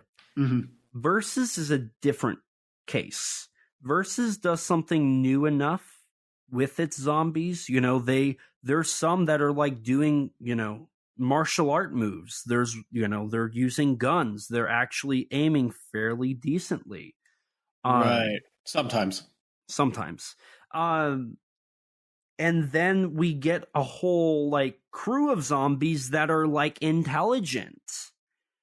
Like, I love that. It takes the idea of the zombie queen from Junk and like makes it way better. Yeah, and it's interesting to bring up that, like, I feel like Versus as a film, even though it is a zombie film, it's not something I necessarily think of as a zombie film. Mm-hmm. And that's something that Kitamura kind of brings up in one of his interviews, that to classify a film just under one specific genre is very limiting. Like, some people have this image that horror movies cannot have comedy. Horror movies shouldn't have action in them. Whereas Kitamura's Versus in particular is very much not contained to one genre. There is obviously this is an action film. I would say it's probably the most prevalent genre, I guess you could say, in the film. Mm-hmm. But this very much has a lot of elements of horror movies. And even like, especially comedy as well plays. And the comedy is really good. Yes, like, this movie is very funny. There's a few moments that I chuckle like throughout it. Oh yeah, no. Like Kenji Matsuda's performance, the whole zombies having guns was a hilarious surprise for me in particular, because I genuinely just completely forgot they used guns in the film. Right. And there's a little bit of science fiction with how the story is set up. Right. And the ending as well. Right. There's samurai, there's Chanbara. Yeah, Chanbara. Which was dead. I mean, it still is dead for the most part. But Kitamura was like, I want to bring some of that to this film because that's a genre that's like distinctively Japanese. And he said the fact that Tom Cruise has to teach Japanese people what that is a problem. There's like Yakuza, crime. There's a Yakuza crime whole like subcategory this can go into. There's a lot in this movie. Kitamura does not. There's even a police subplot. There's a police subplot. So no, this is a very well, like, I mean, it's undoubtedly Kitamura. Kitamura does not listen to the norm. No. Kitamura tries to do something distinctly different and distinctly him. Right.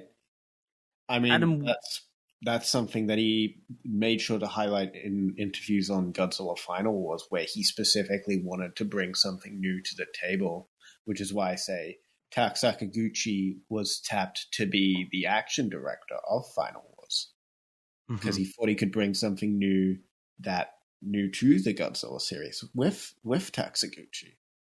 Right. And I mean, and I bring this up because I think there is kind of a parallel here. Adam Wingard has went on record and he's tried to say, like, I don't listen to what the fans want.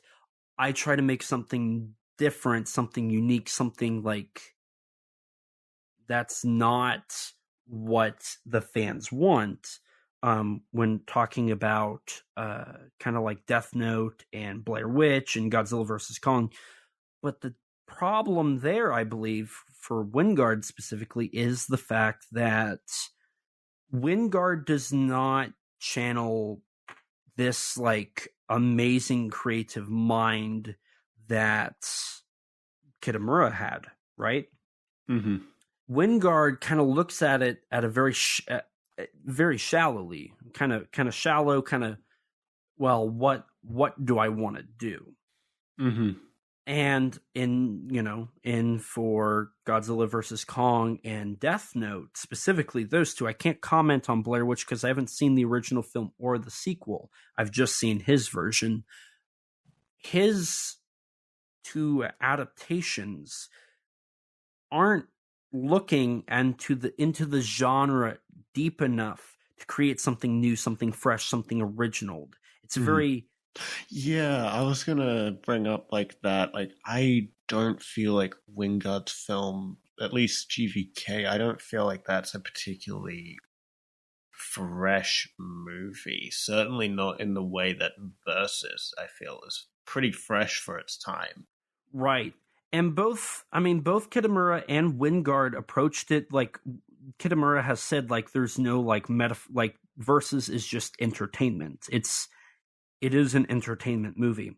However, Versus, in contrast to like Godzilla vs. Kong, which is also supposed to be an entertainment movie, and that's what every fan of it will argue, Versus tries to create something new. There's clearly a creative process. There's clearly a creative mind behind the film that is trying to create something, trying to create something, just in general, trying to create something. I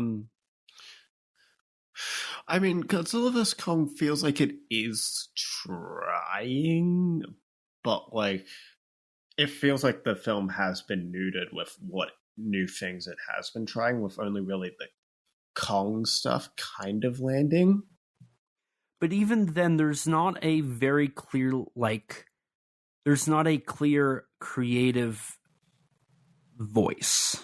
I mean, I suppose that happens when there's like 6 writers on your less than 2 hour film. True. I mean, there was 2 on Versus, but in all fairness, the 2 on Versus were also the main creative minds behind the film in general. Yeah. So it kind of makes sense that would happen. So I mean, I only bring that up not necessarily to just say that GVK is an awful movie, because I mean that is something but it does we have help to do. It does help get us that checked off the list. Yeah, we've already talked about Ring. We've talked about GVK. So like we're to a point now where we're kind of we've done our episode. Be predictable. Damn, we need to be fresh soon. We need a Versus episode. Hey, that's what we're doing. Hey, look at that. It's just interesting, like to look at these two filmmakers that both kind of take a similar approach of like, I want to do something that isn't like, that's more entertaining than metaphorical or political or like whatever.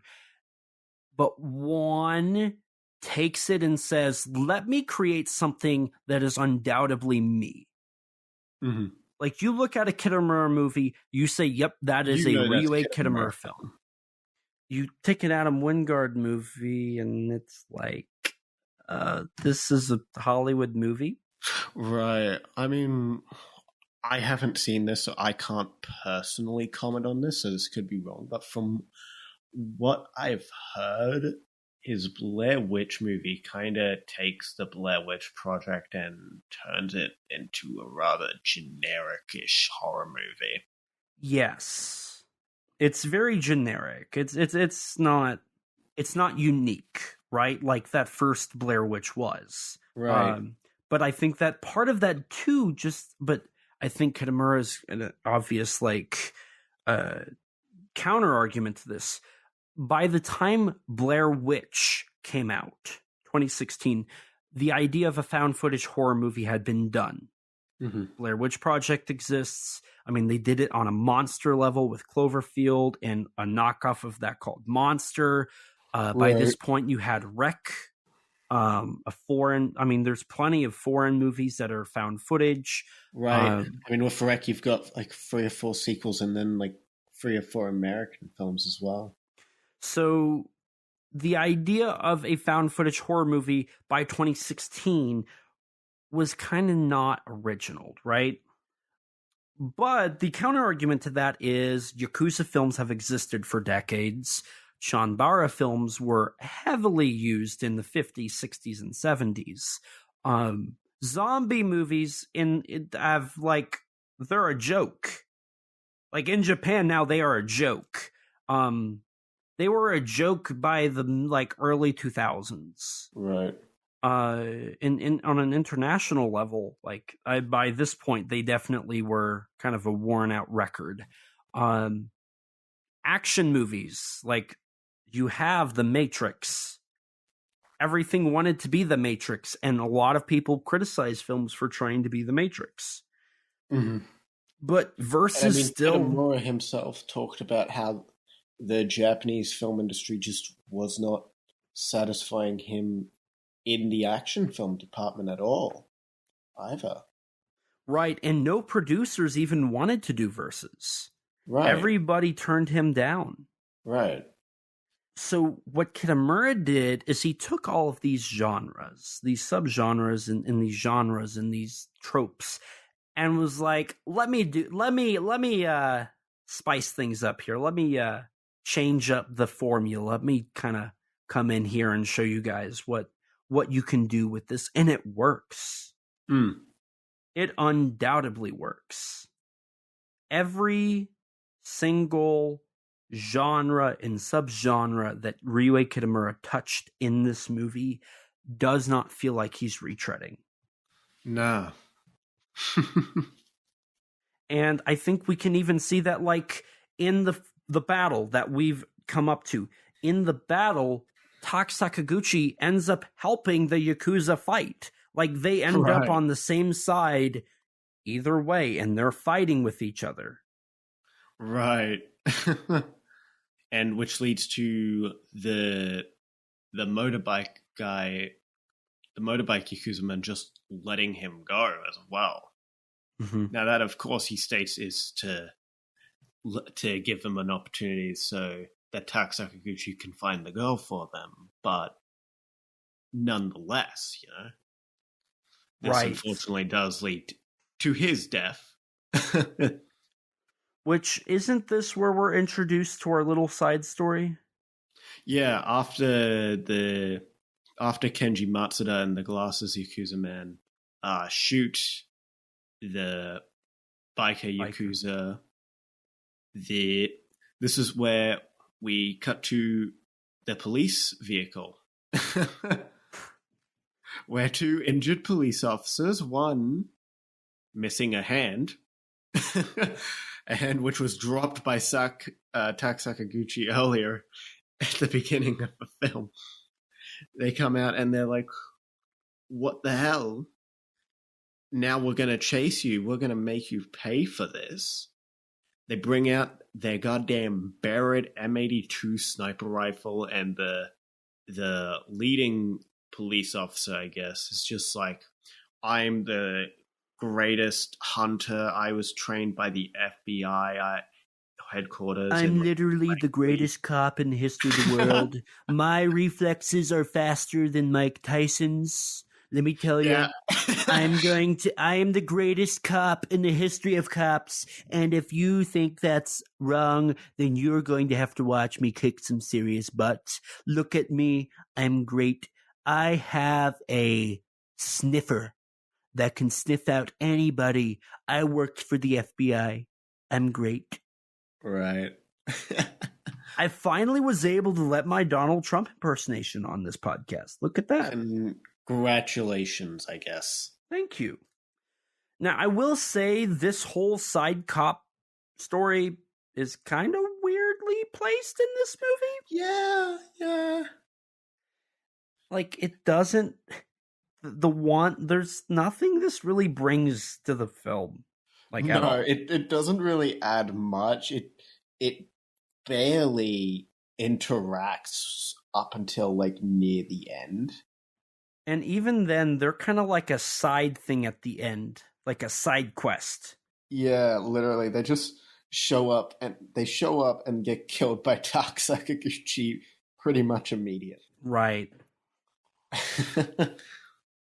But you also, so talking about, all of this, you forgot to mention that our main Yakuza guy, played by Kenji Matsuda, reveals that the plan is to kill the boss. Right. Yeah, and after the policemen show up, this is where finally the second car of Yakuza show up, which is actually Kenji Matsuda's hitmen. Who are hired to kill the man. Who, after this, we do get, if I remember correctly, we do get some more of... I mean, the film basically at this point cuts back and forth from Tak and the girl. Tak and then to the Yakuza. And Tak and the girl are trying to figure out who they are, why they're here, and all of that. And the girl convinces him to not kill as well. Oh, it's also worthy to note that during the first zombie fight sequence, our little runt Yakuza guy accidentally shoots one of the guys in the arm, and also goes absolutely ballistically insane and is this side character that's literally running around like a Scooby-Doo character, freaking out at everything. Who he shows up throughout the film as kind of like one of your comic reliefs. There's I would say there's 3 comic reliefs, the 2 cop and then the Yakuza guy. They're your comic relief characters throughout the film. I mean, Kenji Matsuda is also very comedic in his performance. Right, but I wouldn't say he's the comic relief. I guess not. I would say he's like the secondary villain that's really over the top and crazy. Sure. Your comic reliefs are typically those side characters that don't do a whole lot. So you've got the crazy Yakuza guy. You now have your assassins. The biker Yakuza guy is dead or dying. You have your 2 Yakuza members left, Kenji Matsuda and the Yakuza with glasses. And then you have Tak and the girl. Now, we cut back to the biker who sees this blurry figure in front of him that reaches out. And then we cut to our remaining 2 Yakuza members who are alive. Yeah. And then suddenly the location and color grading changes. Yeah, correct me if I'm wrong, but it goes from warm to really gray and blue and cold. Yeah, very, very blue. I think mine's different because I watched the Arrow transfer, which Kitamura personally corrected all of the color grading. Huh. So the color grading's gone; it's completely absent. It's like the German DVD release of Godzilla Final Wars. I mean, the final was without the color grading in that German release. That doesn't quite look right to me. Doesn't quite look right. I'm fine with either. I think both look great. I think Final Wars suits its color grading, even if at times it is a bit overexposed. Fair enough. But the man appears to talk to Kenji Matsuda and the Yakuza with glasses, which they quickly reveal that it's a setup and he's going to be killed. Right. And then all the assassins fire their guns on him, but he is unfazed. Completely unfazed. And then he obliterates the 3 assassins and the 2 Yakuza, and then he brings them all back to life. Yeah. Besides 2. The girl with short hair and Kenji Matsuda's character initially. He almost kills Kenji Matsuda's character who's trying to escape, while all the other are resurrected as zombies besides the short-haired assassin who escapes and is like trying to get out of the forests. Right. Matsuda has a little scuffle with the runt man who's also not a zombie. Even shoots him in the ass. Which it just so happens. Now, what are those called? I know I've seen them before. They're a lucky charm. What? Amulet? The thing that's in his pocket so he doesn't actually get shot in the butt. I don't know. I mean, his credit is literally the Yakuza men with amulet. Oh, okay. We'll just call it amulet then. That like blocks the bullet from actually shooting him. But so then he carries that with him the rest of the movie, and it looks like a price tag on his gun, which I could not stop thinking about.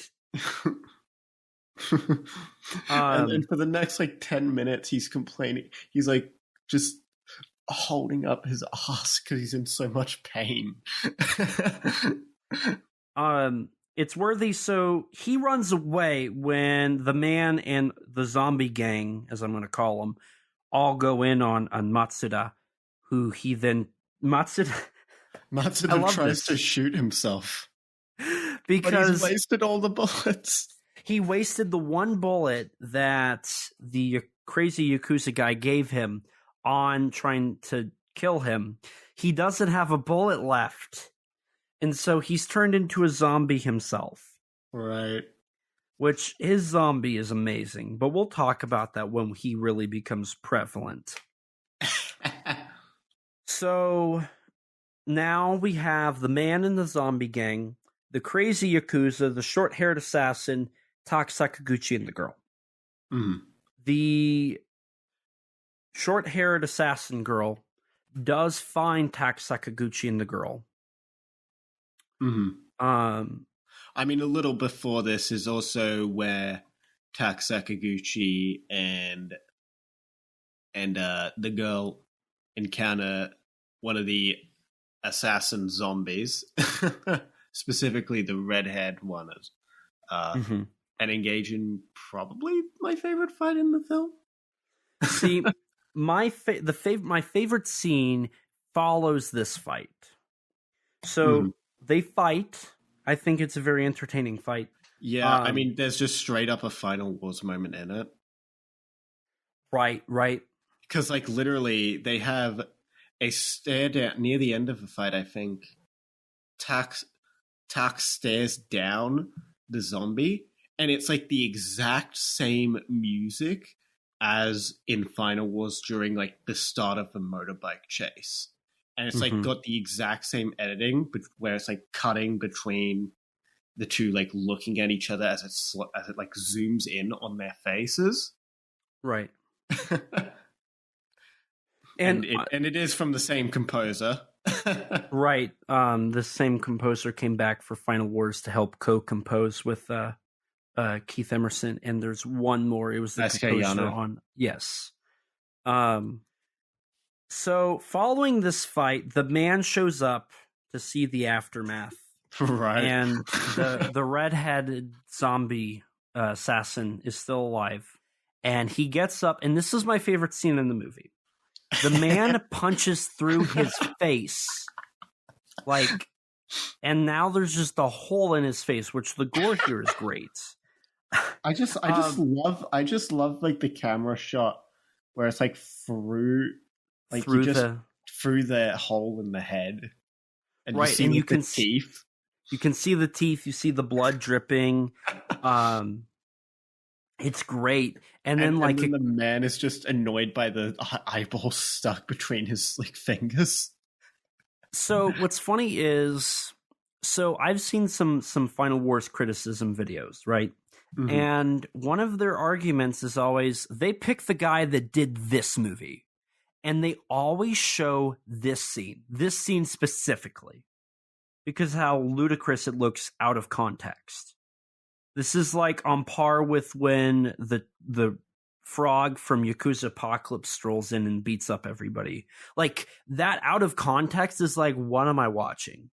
But Takashi Miike is one of the greatest Japanese filmmakers in the modern day. Right.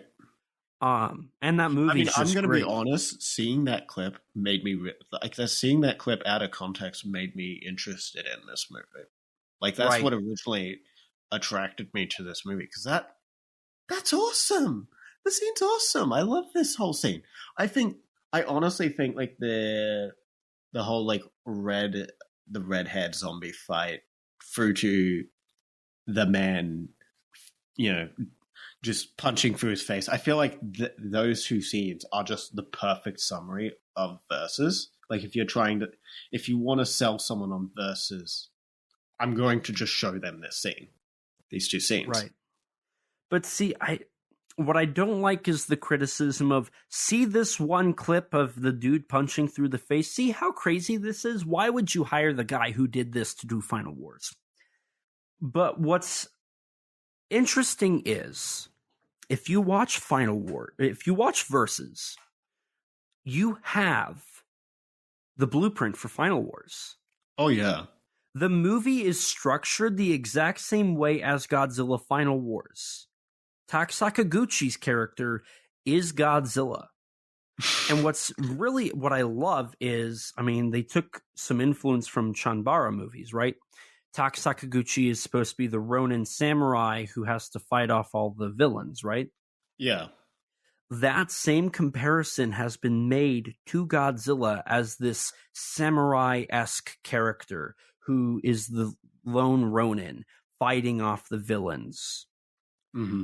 In Final Wars, Godzilla's one job is to beat each monster any way possible, and that's Tak Sakaguchi's role in this movie, is to beat all the zombies, the zombie gang, and the man. Mm-hmm. This movie, for anybody who wants to understand Final Wars a little bit better, just needs to watch Versus first. Oh, yeah. And you have your blueprint for Godzilla Final Wars. Right. And if you want even to further understand Final Wars, check out Alive as well, because you'll see a little bit more of Final Wars coming through there as well. Like, obviously you get the Matrix knockoff scene. You've got the costume design in Alive very much is even more Final Wars than in Versus. The music, the sound effects, sound design, the cast. I mean, from what I understand, most, if not all, the cast in Versus do make cameos in Final Wars, at least. Because, like, obviously you've got Sakaguchi, who's one of the Exilians. Mm-hmm. But, like, most of them do. Not all of them. Sakaki, he's in it, and he makes a cameo. I don't know exactly where. I just know he does make a cameo in it. Mm-hmm. And a few of the others, like the Yakuza man with glasses, is like one of the crew members of the Gotengo, I think. Mm-hmm. And a few others have roles like that. Yeah, but not all of them, I will say. Not all of them ended up getting in. But like, most, I think. If you watch Versus, you're going to, like, when I first watched Versus, I think it was by the final fight I realized this makes sense. Like, anybody who is shocked by Final Wars clearly does not know Ryuhei Kitamura. Right. And the reason that Toho hired Kitamura was because of Kitamura's uncanny filmmaking style, the fresh take. Toho wanted Kitamura to break Godzilla and bring a new outlook on the franchise. Right. And it works. It works. It is undoubtedly a Ryuhei Kitamura movie. Right. And it's it is not something fresh for the franchise. Right. And I mean, so you had Masaki Tezuka, who did Megaguirus and the two Kiryu movies, and he was just like one of the Toho directors they had on standby for whatever they needed, right? Right. I think it was Takeo Okawara who did 2000 and Destroya and Mechagodzilla. I think so. Another like for hire Toho person. Hashida. I don't remember Space Godzilla's director. Kenzo Yamashita, yeah. Pretty sure that's... like another person, like not like a huge like creative person. No, really, I don't feel like any of them have a particularly identifiable like style. Like the closest thing to that is just Tezuka basically repeats Megaguirus against Mechagodzilla, but does it better. Right. The one director outside of Kitamura that really had a creative mind is Shusuke Kaneko. Shusuke Kaneko. Which is why I think, you know, I feel like there's a good reason why GMK and Final Wars are probably the two like most well remembered of the Millennium series. Like even if you don't like Final Wars is a memorable film. Mm-hmm. And you know, those two are by far the most memorable and probably the most talked of their era. I would say so. I would agree with that. Because GMK is like the one that almost everyone agrees is like the best or one of the best of the Millennium. Almost everyone sort of agrees that GMK is pretty good. Final Wars is a bit more contrasting in its opinions, but I feel like it's, at least in the modern day, it's a bit more positive overall. Yeah, I think a lot of people have warmed up to it. I do know there's still plenty of people. Right. I mean, it's more older fans that aren't really a big fan of Final Wars, from what I typically see, at least. Yeah. So, see, it's one of those things where it's like, I think people who hate Final Wars don't understand Final Wars. Which is funny to say because, I mean, admittedly, Godzilla Final Wars is probably the greatest film ever made? Yeah, maybe. But Final Wars is probably one of the least, like, vocal films. But that's because that's Kitamura, right? What do you mean by least vocal? There's not a huge commentary. Okay. For the film. I mean, outside of GMK and I guess Godzilla 2000 and maybe Megaguirus, I'd say the Kiryu Saga has some commentary. It's not. I mean, with Mechagodzilla, you have that typical. Yeah, actually, yeah, that's true. Actually, on second thought, but still, I don't feel like there's any like not as significant themes as say like Shin Godzilla 54. Well, yeah, because Shin Godzilla and 54 are the only two that have stuff like Shin Godzilla and 54. Sure. But like, nonetheless. Final Wars is not like out of all the Godzilla movies, I would say Final Wars is probably one of the least vocal ever in the original Godzilla set of films. Even Megalon, I think, has more commentary than Final Wars. I mean, there's a whole subplot about nuclear testings, and that's true. Empire. Yeah, that's true. Actually, that's true. Actually, so. Fine. I mean, and it's not a negative thing. Like Final Wars is a Kitamura movie. It's supposed to be more entertaining than commentating on the social or political issues of Japan at the time, right? Right. But that's okay. Because it's a Kitamura movie. Kitamura movies, like, if you go into Final Wars and you don't understand the assignment, go watch Versus. You watch Versus, you'll understand the assignment when it comes to Final Wars. Right. And watching Versus, for me, like, opened up a whole new thing for understanding Final Wars. I never looked at that movie the same again. Mm-hmm. But yeah, going back to the actual plot of Versus, after a little scuffle between the female assassin, the living female assassin, and Tak Sakaguchi, which later leads to her scuffling with the little runt Yakuza man. Eventually, Sakaguchi and the girl encounter the man. And this is where, we learn that the man has waited hundreds of years for... He's essentially brought Tak Sakaguchi and the girl here because he wants to go to the other side. He wants the power from the other side that there's the portal in this area, in this forest, has. And we learned that Tak Sakaguchi is actually his younger brother, and that he needs not only a human sacrifice, but also the girl's blood as essentially keys to the gate. Mm-hmm. Right. Sakaguchi is like, you're insane, and the two have a fight. And what's funny is, during this whole thing, the man kills Tak Sakaguchi's character. Yeah. The fight ends with him shooting Tak and just knocking him down a cliff.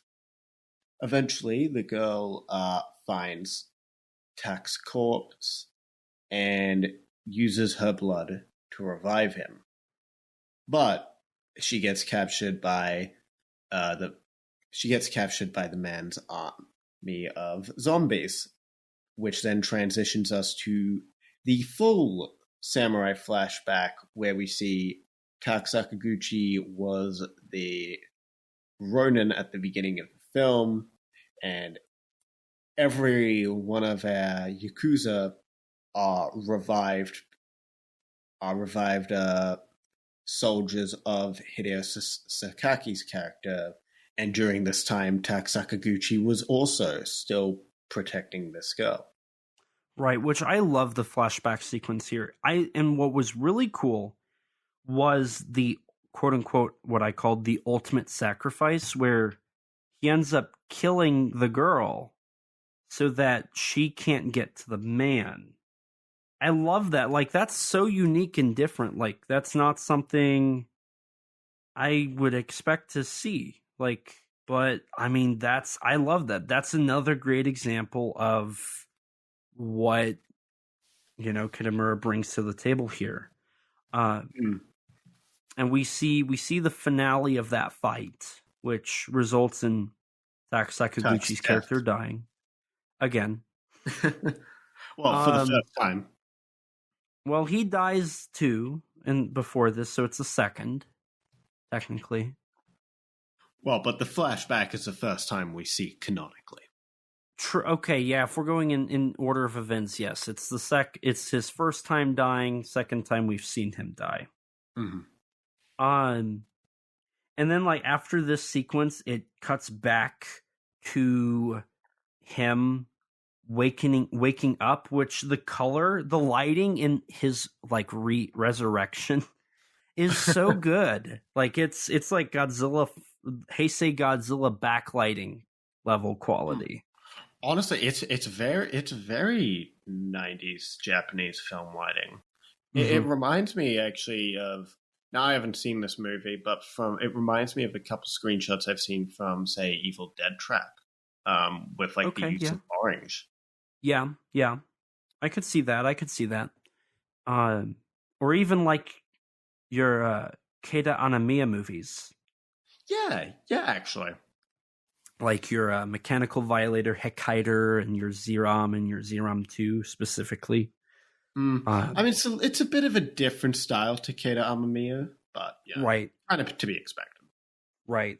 But after his reawakening, we cut to the following day where the man's getting ready to sacrifice the girl and make his take over and destroy the world and all that good jazz, right? Mm-hmm. Yeah. And this is where we find out that the blood of resurrection has been transported to Tak's character now that he's been revived. Tak arrives with a katana, and this is where we lead to Tak Sakaguchi fighting off the man's remaining zombie army, as all the whilst the man gets ready for their final duel. Right. So we have one-on-ones between Tak Sakaguchi and all the not aliens or villains against these zombies. I love one thing that we didn't mention, but one thing I absolutely adore in this movie is just how ridiculous it is that every character is just pulling a gun out of their ass.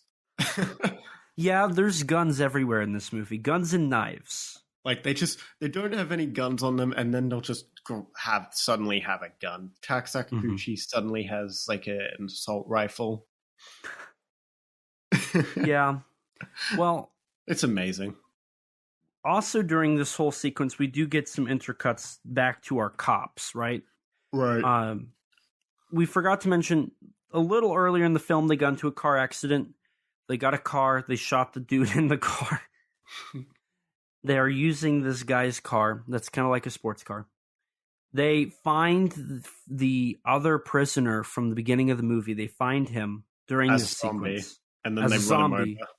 They're like, I knew he was here. Let's kill him. And they just obliterate him. They never even realize they're zombies. No, they don't. Then the crazy Yakuza guy and the female assassin who have teamed up by this point come in contact with them. They have a scuffle. The Yakuza guy ends up shooting the female assassin on accident. And then he runs away. Sniper rifle. Takes the sniper rifle, runs away. Then our two cops after him. And then somehow our two cops find their way to the final fight. Right. It's kind of like an Anchorman. I don't know if you've ever seen it, but like at where all the news people know to meet up at this one place and they all like bring stupid stuff to fight with. Right. While Kenji Matsuda's zombie is fighting Tak, the run Yakuza man with the sniper rifle just shows up, gets attacked, and then just knocked out by Tak, and Tak just steals the goddamn sniper rifle, which just blows up Kenji Matsuda. It's also worth to bring up here, his zombie form is like a cat. Yeah. I think it's a cat. He's acting like a cat, yeah. Which is funny because that goes back to Japanese, mythology and folklore, how cats are kind of the animals to be worried about. So I love that little, like, you can trace that back to Japanese mythology and whatnot. Right. Yuri and all that. Right. And this is where the cops finally catch up to Tak. The guy without an arm, just yells at Tak, "Give me my hand back!" And so Tak, he obliges, sort of, with another right hand. Yeah, he takes one of Kenji Matsuda's hands and gives it to him, and it's the wrong hand. Oh my god, I love that. And then he uses a sniper rifle to blow a hole through the guy's head.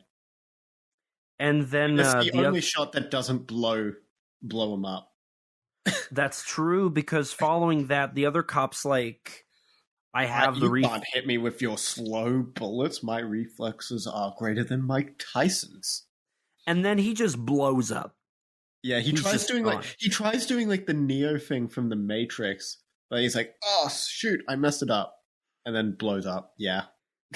So after all the zombies are dead, it becomes the man versus Tak. Yes. And they have a glorious fight that, I mean, the cinematography and editing during this whole final fight's truly amazing. I love it. Like, this was my favorite sequence. Outside of the punching through the head, this is probably my number 2. This is my number 2, this final fight. Because it's samurai sword fights. It does end a little quick. I don't know. I feel like it was a pretty appropriate length. I felt like it ended maybe a little quick, but I mean, what ends up happening? I mean, it's just this. It's a very high octane fight with swords. It ends with Tak Sakaguchi decapitating the man. Yeah, and then kicking his head off. And then he goes and gets the girl, and they get out of the forest, and they ride off into the sunset. And you think everything's okay, right? Yeah. Happy ending.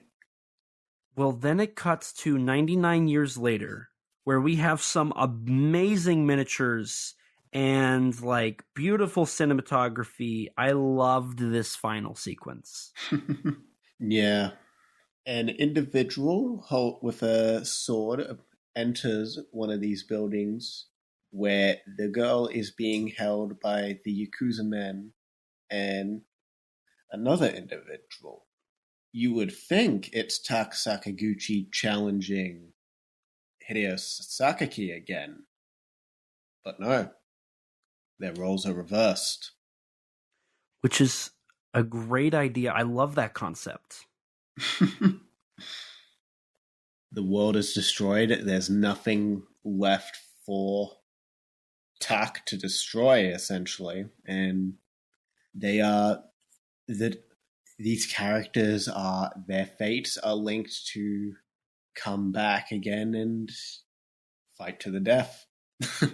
Right, and I love how they like switch roles like that. I mean, that's not something you typically see, right? Nah, typically no. And I love that. I love, like, it's a twist. Like, you've been rooting for Tak Sakaguchi's character this whole time, and now, like, even the girl says, I should have picked your side. It's like, wow, like, that is such a cool and dynamic way to end a movie, to basically, like, flip the audience's opinion. The two start their future duel, and the movie ends. And so that was Ryuhei Kitamura's Versus. So what do you think of this movie, Elijah? Let me think here. I feel like I've said a lot. I do think the movie runs a little long. Sure. Maybe not a lot, but maybe a little. Sure. I wrote in my notes you might be able to cut like 7 minutes out of this, maybe, roughly. Yeah, 7-10 minutes-ish. I don't think that ruins it, though. I think this movie is still very good. This is the definition of style over substance. Oh, yeah. Which usually is said in a negative connotation, but for this, I'm going to say it's a positive thing. Yeah, no, I love this film. This is absolutely fantastic. I mean, maybe there's slight bias. I don't know. I might be the biggest fan of Godzilla Final Wars of all time. You know, it happens. This is like a proto Final Wars, and I absolutely love it. I love Kitamura's absolute insanity in this film. I absolutely adore it. And I also agree. think this is the quintessential, like, Tak Sakaguchi action film as well. Granted, I haven't seen a huge amount of his films, but, like, I feel like when you kind of picture attack Sakaguchi action film, this is kind of like the go-to example. Mm-hmm. It's certainly his most popular, at least. Right. No, this movie like put everybody. Well, it put Ryuei Kitamura and Tak Sakaguchi on the map. Right. Yeah. And I mean, Tak Sakaguchi has had an interesting career that even extends a little bit to Hollywood. Like he's worked alongside goddamn Nicolas Cage. Right. And another thing too is Versus started a new genre. This is something that I don't think a lot of people talk about, but I definitely think it's worth bringing up. This is basically what started the new wave of splatter gore in Japan. Following this, the same team behind Versus would go on to do Battlefield Baseball, and then they would work, some of them would come back and do Meatball Machine. Right. And following which Meatball Machine is directed by the writer of Versus. Or correct. One of them, say. Correct.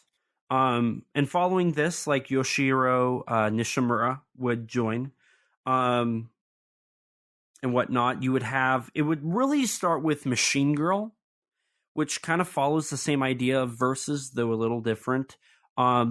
It created this whole indie film, this low budget film idea that Nikkatsu actually adopted. Nikkatsu took this idea and they started doing their own movies. They started with the Machine Girl, and then they established. Sakaguchi would be in quite a few of these movies as well, like Tokyo Police, for example. Mm-hmm. You would have Robo Geisha, which was not a Nikkatsu film, but it's still in that same category. But Vampire Girl versus Frankenstein Girl, which again not Nikkatsu, but still that same idea: gory, violent, very action packed. But Nikkatsu would eventually establish the Sushi Typhoon label, which would have films such as Mutant Girl Squad, Alien vs. Ninja, Deadball, Helldriver, Yakuza Weapon, and Coldfish. Mm-hmm. After this, that label would die, but all of these follow that very high gore, lots of blood splatter, crazy effects, fun comedy, style over substance, psychosexual. Tokyo Gore Police was another one, like you said, Rex. But after this wave, this was all from 2009 roughly to about 2014. It would kind of die off. Kind of the last film to really follow this trend was Nikkatsu's Yakuza Apocalypse, which was Miike's entry into this insanity subgenre. Very fitting place for Miike to go. Right. It would kind of come back in 2019. You had Rise of the Machine Girls. You also had Meatball Machine Kadoku in 2017. This is true. So like it still exists, and now we see it with. Let me find out the company, but there's it's a new company that is working on. They did Ninja versus Shark. It's coming out later this year. It has zombies. Oh, that's the film from Koichi Sakamoto and has what's his name from Ultraman Z. Mm-hmm. It is from the company known as Yabazai. They focus on indie, low-budget insanity movies. Ninja vs. Shark is supposed to have ninjas, sharks, samurais, and zombies. That's what it's marketing. And it's kind of sounds like they're bringing the new wave of this splatter gore that started with Versus. You can kind of trace it back to the first Meatball Machine short film from 95 and Entomia Extinction from 1994, which was the film that created the idea for Tokyo Gore Police, right? So you have stuff like that, but Versus is what really made it happen. That's what birthed it.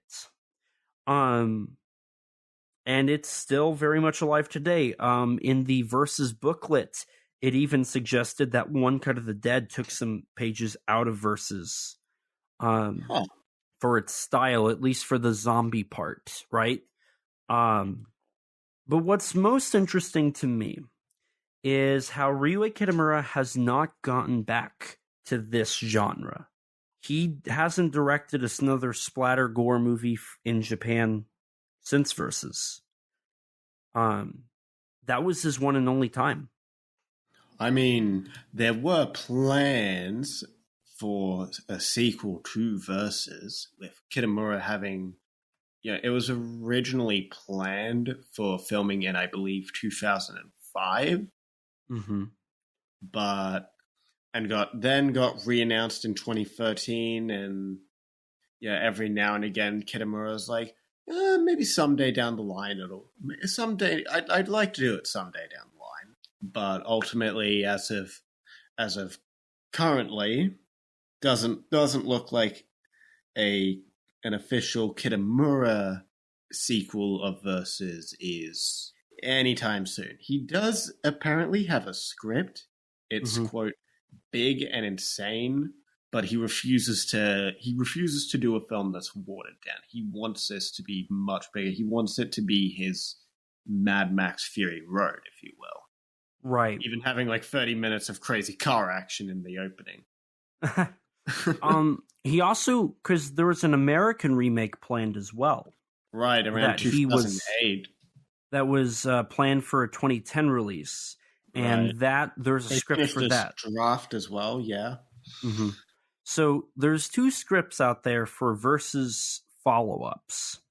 There is an unofficial sequel that has Sakaguchi. Subliminal Wars. I mean, it has pretty much the entire cast, like Sakaguchi, Sakaki, Kenji Matsuda as well, and all of them. Pretty much, and as well as like a bunch of new cast members. But Kitamura didn't give it its blessing, write it, direct it, produce it. He had no involvement in it. And apparently it's really only like sort of a Versus like sequel and tribute with it. Apparently the references to Versus are kind of just like the leading moments in the film. Mm-hmm. With like references to like the eye gag, like the punching through the zombie head, the eyes in Sakaki's hand, and a few other moments that definitely reference Versus, but like it's not really any like true sequel, really. Right. It's kind of just more a cast reunion. Right. So it's not official. We don't count it. I still want to see it. Likewise, I would like to see it. You know, we're talking about the cast. Do you want me to cover some of the cast members and what they've also done? Yeah, feel free. So I'm going to start off with the obvious one, Sakaguchi, who played KSC-2-303. He also appeared in Alive, Battlefield Baseball, Godzilla, Final Wars, Shinobi, Heart Under Blade, Cromartie High, the movie, Death Trance, Yo-Yo Girl Cop, Tokyo Gore Police, Mutant Girl Squad, Deadball, Yakuza Weapon, Sion Sono's Why Don't You Play in Hell, and a cameo in Rise of the Machine Girls, and appeared in Kamen Rider Kabuto. Yeah. He also was director for Yorio Samurai Zombie, Mutant Girl Squad, as one of the section directors, and co-directed Yakuza Weapon. He also was the fight choreographer for Godzilla Final Wars, Death Trance, Rise of the Machine Girls, and Meatball Machine Kuroko. Ooh, good to know. Hideo Sakai, who played the man, was also... Huh? Sakaki. Oops. Who played the man, was also in Alive, Ju-on the Grudge, Battlefield Baseball, Godzilla Final Wars, Ryuhei Kitamura's short horror movie, Longinus, and then he was also in Tokume Sentai Go Busters, the television show, and the spin-off movies. For your actress for the girl, Chiko Misaka, she was also in Sion Sono's Suicide Club. Kenji Matsuda, who played the Yakuza leader, was also in Alive, Kamen Rider Hibeki, the movies and the television show. Kamen Rider Kiva, the movies and the television show. The short film Kamen Rider G. Kamen Rider Decade plus the movies. Garo Makai Senki. Yes. As well as Garo Makai Resident. Okay. Sharuken Sentai Ninja. Kamen Rider Zio. And Kishuru Sentai Rio Soldier. Yuchihiro Arai, who played the motorcycle riding Yakuza, was alive as well. Minoru Matsumoto, the crazy Yakuza, was in Kamen Rider Den-O, I'm Born, a spin-off movie, Longinus, Godzilla Final Wars, alive and was additional crew for Down to Hell. Kazuhito Onba, who played Yakuza with glasses, was also in Godzilla Final Wars, Longinus, Battlefield Baseball, Sky High, alive and was additional crew for Down to Hell. Takahiro Katayama, who played the red-haired assassin, was in Longinus, alive, Sky High, and was in additional crew for Down to Hell. Ayumi Yoshihira, who played a long-haired female assassin, was also in Alive. Shochihiro Matsumoto, who played the one-handed cop, was in Ichi, Cromarty High, the movie. He was also the screenwriter for that film. Meatball Machine, and was the screenwriter for Moonlight Mask, the 2011 remake. As for your crew, you had director, co-writer Ryue Kitamura, who was directed and wrote Down to Hell. Sky High did the screenplay and directed Alive, was writer and director for Longinus, did the screenplay and directed Godzilla Final Wars, and wrote and directed Lupin the Third, and did the screenplay for Yorio, Samurai Zombie. Co-writer / action director Yudai Yamaguchi also wrote Alive, Battlefield Baseball, Meatball Machine, 10 Nights of Dreams, the 10th Night Section, co-directed Yakuza Weapon, directed Deadball. He was also editor on Down to Hell. He wrote and co-directed Yakuza Weapon. He also wrote Deadball in the spin-off movie. He directed the spin-off movie Final Deadball. He did ABCs of Death. J is for Jedi Geki. It's also worthy to note that, if I remember correctly, Takashi Miike did the other ABCs of Death. Or no, was it Norio Saruta? No, it was Nishimura. Oh, that's right, Yoshihiro Nishimura. He also directed a movie called Ruko, The Promise of the Witch, which came from the idea of Keita Anamiya. And it's like this compilation of different Japanese mythology stories into one. And it looks amazing. And I would love for it to get released because it looks absolutely amazing. Hey, I need more Keita Amamiya in my life, man. Need more Garo. Need more something. I agree. Producer Keishiro Shin also was producer on Down to Hell, actor in Down to Hell, and assistant director on Down to Hell. Your cinematographer was Takumi Furuya, who did the cinematography for Godzilla Final Wars, Alive, Sky High, Lupin the Third. He also did the cinematography for Mega Monster Battle Ultra Galaxy Legends, the movie. And your probably favorite credit he has, ZVP. Zatoichi vs. Predator, really? Mm-hmm. And finally, your composer, Nobuhiko Morino, also did the music for Down to Hell, Alive, Sky High, Longinus, Godzilla Final Wars, Yorio, Samurai Zombie, Yakuza Weapon, Deadball, The ABCs of Death, J is for Jedi Geki, and Roku, The Promise of the Witch. Before we move on, one thing I also wanted to mention is that apparently Hideo Kojima, the creator of the Metal Gear Solid series, apparently he also appears somewhere in the movie as like one of the zombies, I believe. Oh.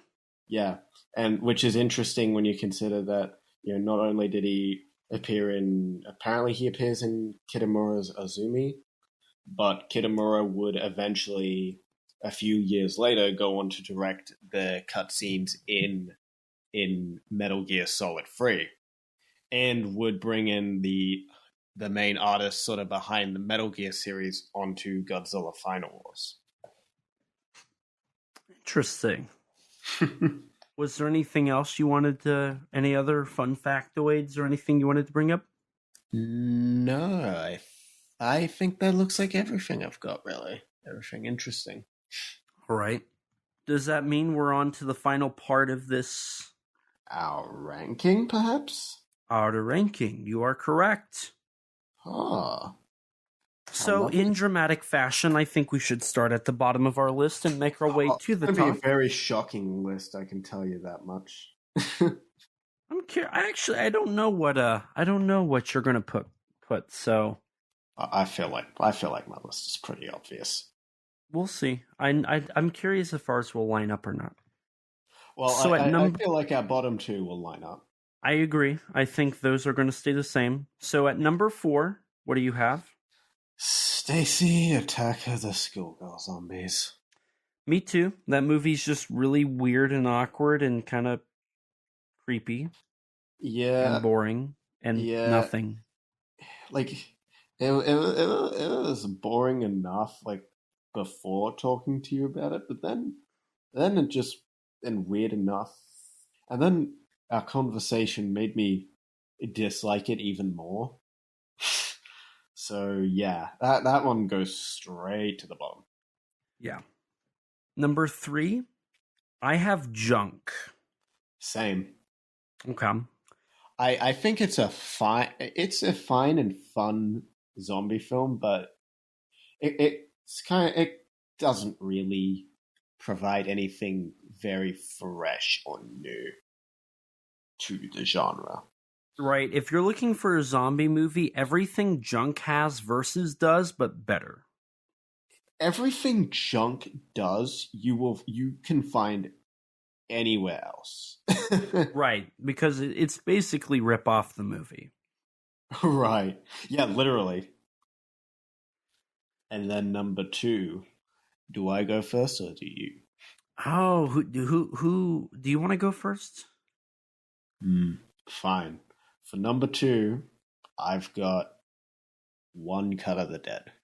Okay, so this is where we do differentiate. I figured I had a feeling you would put One Cut of the Dead a bit above Versus. I had a funny feeling. So I have Versus. This was kind of difficult, but also not. See, I didn't know which one you were going to pick because I was like, is he going to do... It's one of those things where it's like, it's difficult, but it's not. I know where my heart is, and it's going to be Versus for me no matter what. Mm-hmm. But I also do really like One Cut of the Dead. Right. And see, I'm kind of the same way, right? Because Versus is great. I love Versus. I think Versus might be my favorite Kitamura movie. I don't know. It's not my favorite Kitamura movie because there's no beating Peak. But it's a very good second place. Like if this is second place, goddamn, I love this. I love this. See, I don't know yet. I haven't been able to figure that out. But I love the style. I love the indie filmmaking aspects, and I love the heart. I love the cast as well. The cast is memorable. The cast is great. Like, if I had to summarize Versus in one word, I'd say iconic. I think it is iconic. Everything about it's iconic. It is unique or iconic. One of the two. For your number 1... I definitely see this as even though you can argue it's a product of its time, it feels fresh. It helps that it came before like all the Matrix style action was completely overdone. Right. And again, it brought something new to zombies, which this was like a few years before the zombie genre in the West saw a bit of its own reformation with, Zack Snyder's Dawn of the Dead's running zombies. Before you got movies like World War Z and South Korea's Train to Busan. Mm-hmm. No, that's a good point. And even if it is a product of its time, I think it's one of those where it's like, yeah, but Frankenstein works. is a product of the 30s, but that doesn't necessarily mean it's bad. Nah, I love that 2000 style. I love that. There's certain films that they're staple, like Godzilla or Them, staples of 1950s monster movies, each for their own reasons. Doesn't mean they're bad. Both are classics. Both are great. Friday the 13th, Nightmare on Elm Street. Child's Play, Terminator, Aliens. All of them are definitely staples of their time, but they're timeless as well. Right. And I think Versus is one of the rare occurrences where you have a film from Japan that definitely is up there to that. Mm-hmm. It's great. But for me, my number one is One Cut of the Dead. And I think that's because I love filmmaking so much. Being able to see all aspects of filmmaking in a movie makes it cool. Right. One Cut of the Dead's probably one of my favorite films of all time, truth be told. Mm-hmm. I mean, honestly, I don't think either film is a bad option for number one at all. I think both are great films, but in very, very different ways. No, I agree. And I'm more of a substance over style person. I like substance in my movies. See, I like movies to have substance. I've been, kind of getting more into movies that are more for that, but also, I love a good bit of fun every now and again, I want to have fun every now and again. Sometimes you're just in the mood for a ridiculous, over-the-top action film, and I love Versus for that. Versus and Godzilla Final Wars scratch that itch completely. No, that's perfectly fair. That's perfectly fair. I think Versus, again, is a way better example of an entertainment movie than something like Godzilla vs. Kong. Mm-hmm. Yeah, because that one sucks. And I love the creative input. The creative mind behind Versus is flowing with thoughts. It's great. It's a great movie to watch. It's a great movie to put on. People, if you want to put it on and have some friends over and just enjoy it, that's, it's worth it. It's fun. Right. It's entertaining. Oh, this would be a great movie to put on with friends, honestly. So, I mean, I wouldn't say that either of these are bad options, right? No. Both are good options, just in different ways. Right, and out of the four movies we've covered, I'd say both are worthy of the number one spot. And I'd say out of the films we've covered this month, if there's any two films to check out, if there's any film to check out, at least make one of these two. Right. These are, and I think Kevin Derendorf and I were talking, and I said, these two are probably some of my favorites, and he said they're the cream of the crop. Right, yeah. But for every one Versus, there's 50 Stacys. I mean, there's 6, 7 Lost of the Dead films? 6. Yeah. 6. And I can list off every single Japanese zombie movie that I'm aware of if you want me to. Yeah, you could, but we don't need to now, do we? This is true. But no, these two are rare occurrences where they're fresh, they're new, they're semi-original, and they're entertaining, and they have something to bring, right? Mm-hmm. One Cut of the Dead is a look at filmmaking in general. Versus is a look of originality and desire. It's about drive. It's about power. Jesus Christ. We stay hungry. We devour. Put in the work. Put in the hours.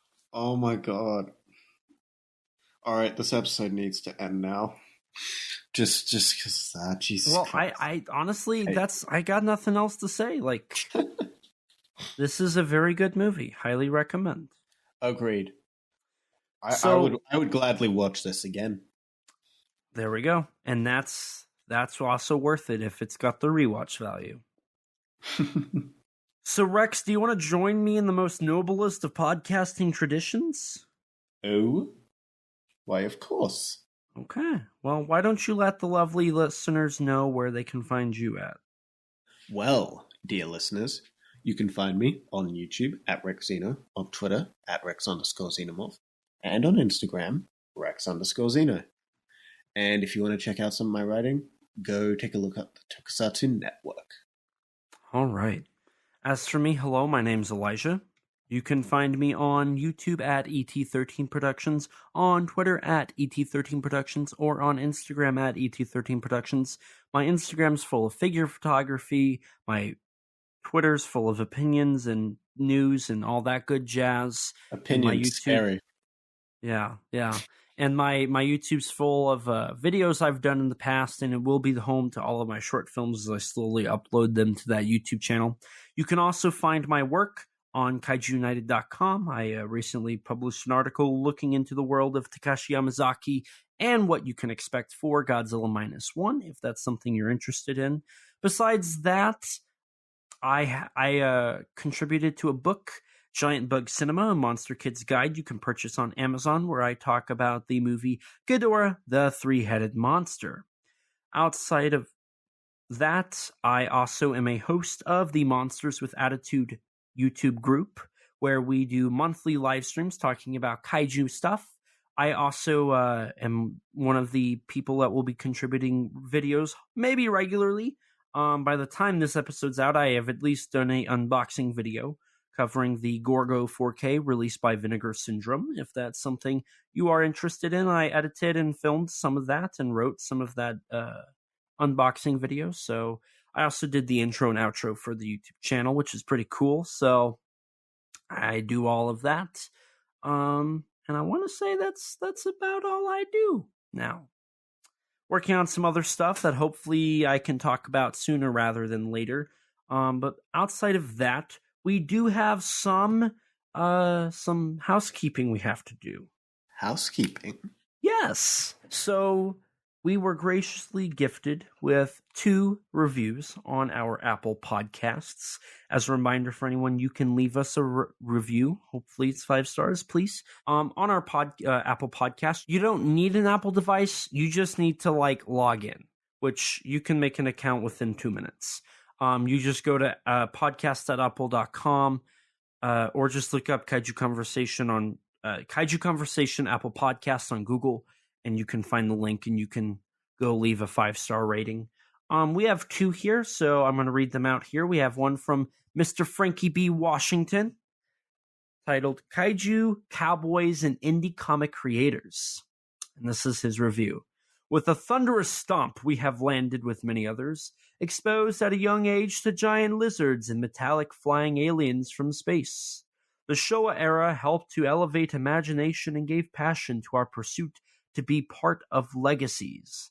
Me and Matthew Blair now stand at the precipice of a revolution going on in the independent comic book arena. Kaiju stories are being read and accepted by some, even though the characters are infant IPs. Even with the sign, we dwell in the shadows of others who stand miles high.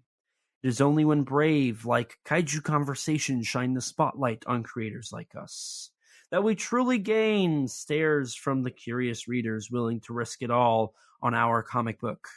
Kaiju Conversation is a staple in the community that continues to be a beacon for those who are driven to illustrate these strange beasts. It's a really well-written review. So thank you, Mr. Frankie B, for that 5-star review. Thank you. If you want to check out, we did an interview with them covering issue 2 of Kaiju and Cowboys, their comic book series they are doing. You can find that on the YouTube channel at this point or on our podcast feed. Just look back a few episodes, it'll be there. We also have a 5-star review from Zeroa SD titled Informative and Fun. And the review says, every episode I've watched has taught me something new about the kaiju flick they covering. Even if it's one I know well. Good stuff. I recommend it to fellow kaiju fans. So thank you guys so much. It's really appreciated. I'm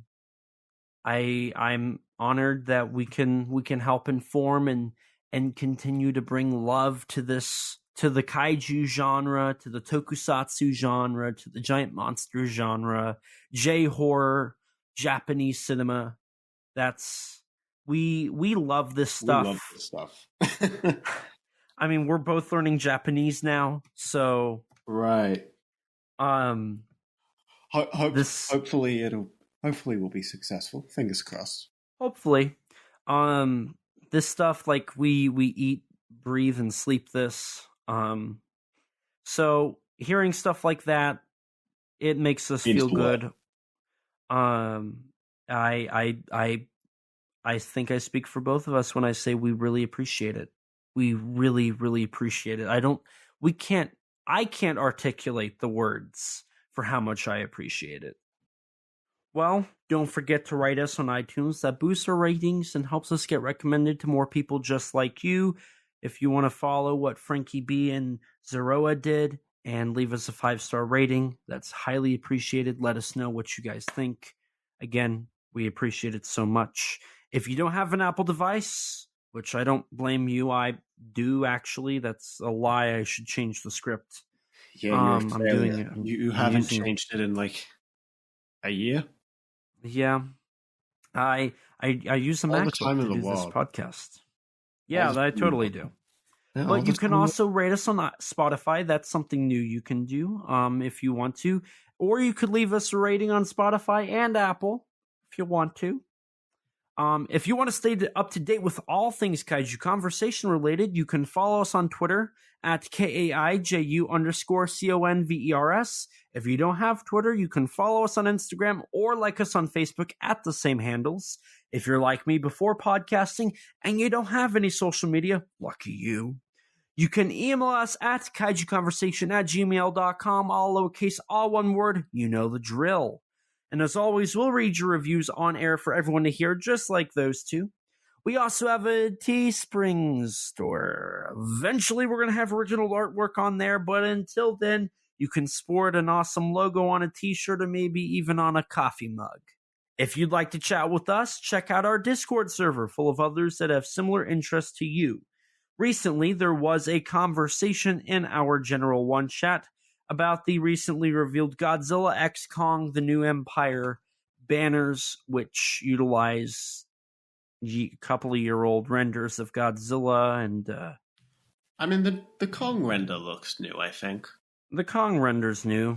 But it's a great community full of great people. Highly recommend. Don't forget to subscribe to our YouTube channel and hit the bell so you can be notified anytime we upload a video. We sometimes post exclusives to the channel, like bloopers for episodes or minisodes talking about news or other subjects.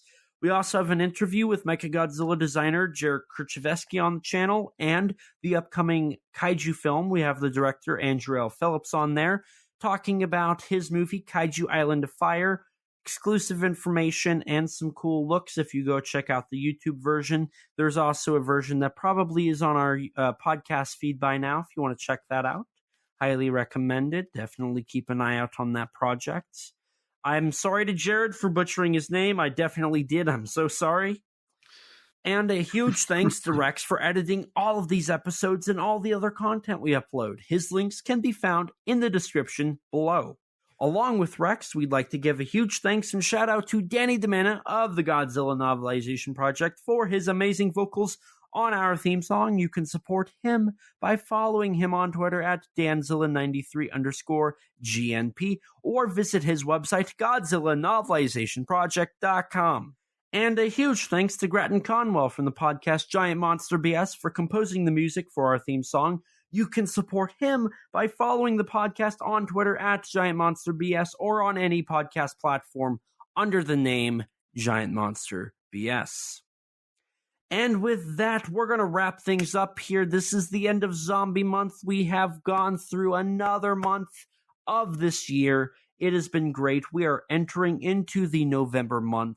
So stay tuned. We got a lot of exciting stuff. Godzilla -1, end of the year, all that stuff. Stay tuned. There's plenty more to come.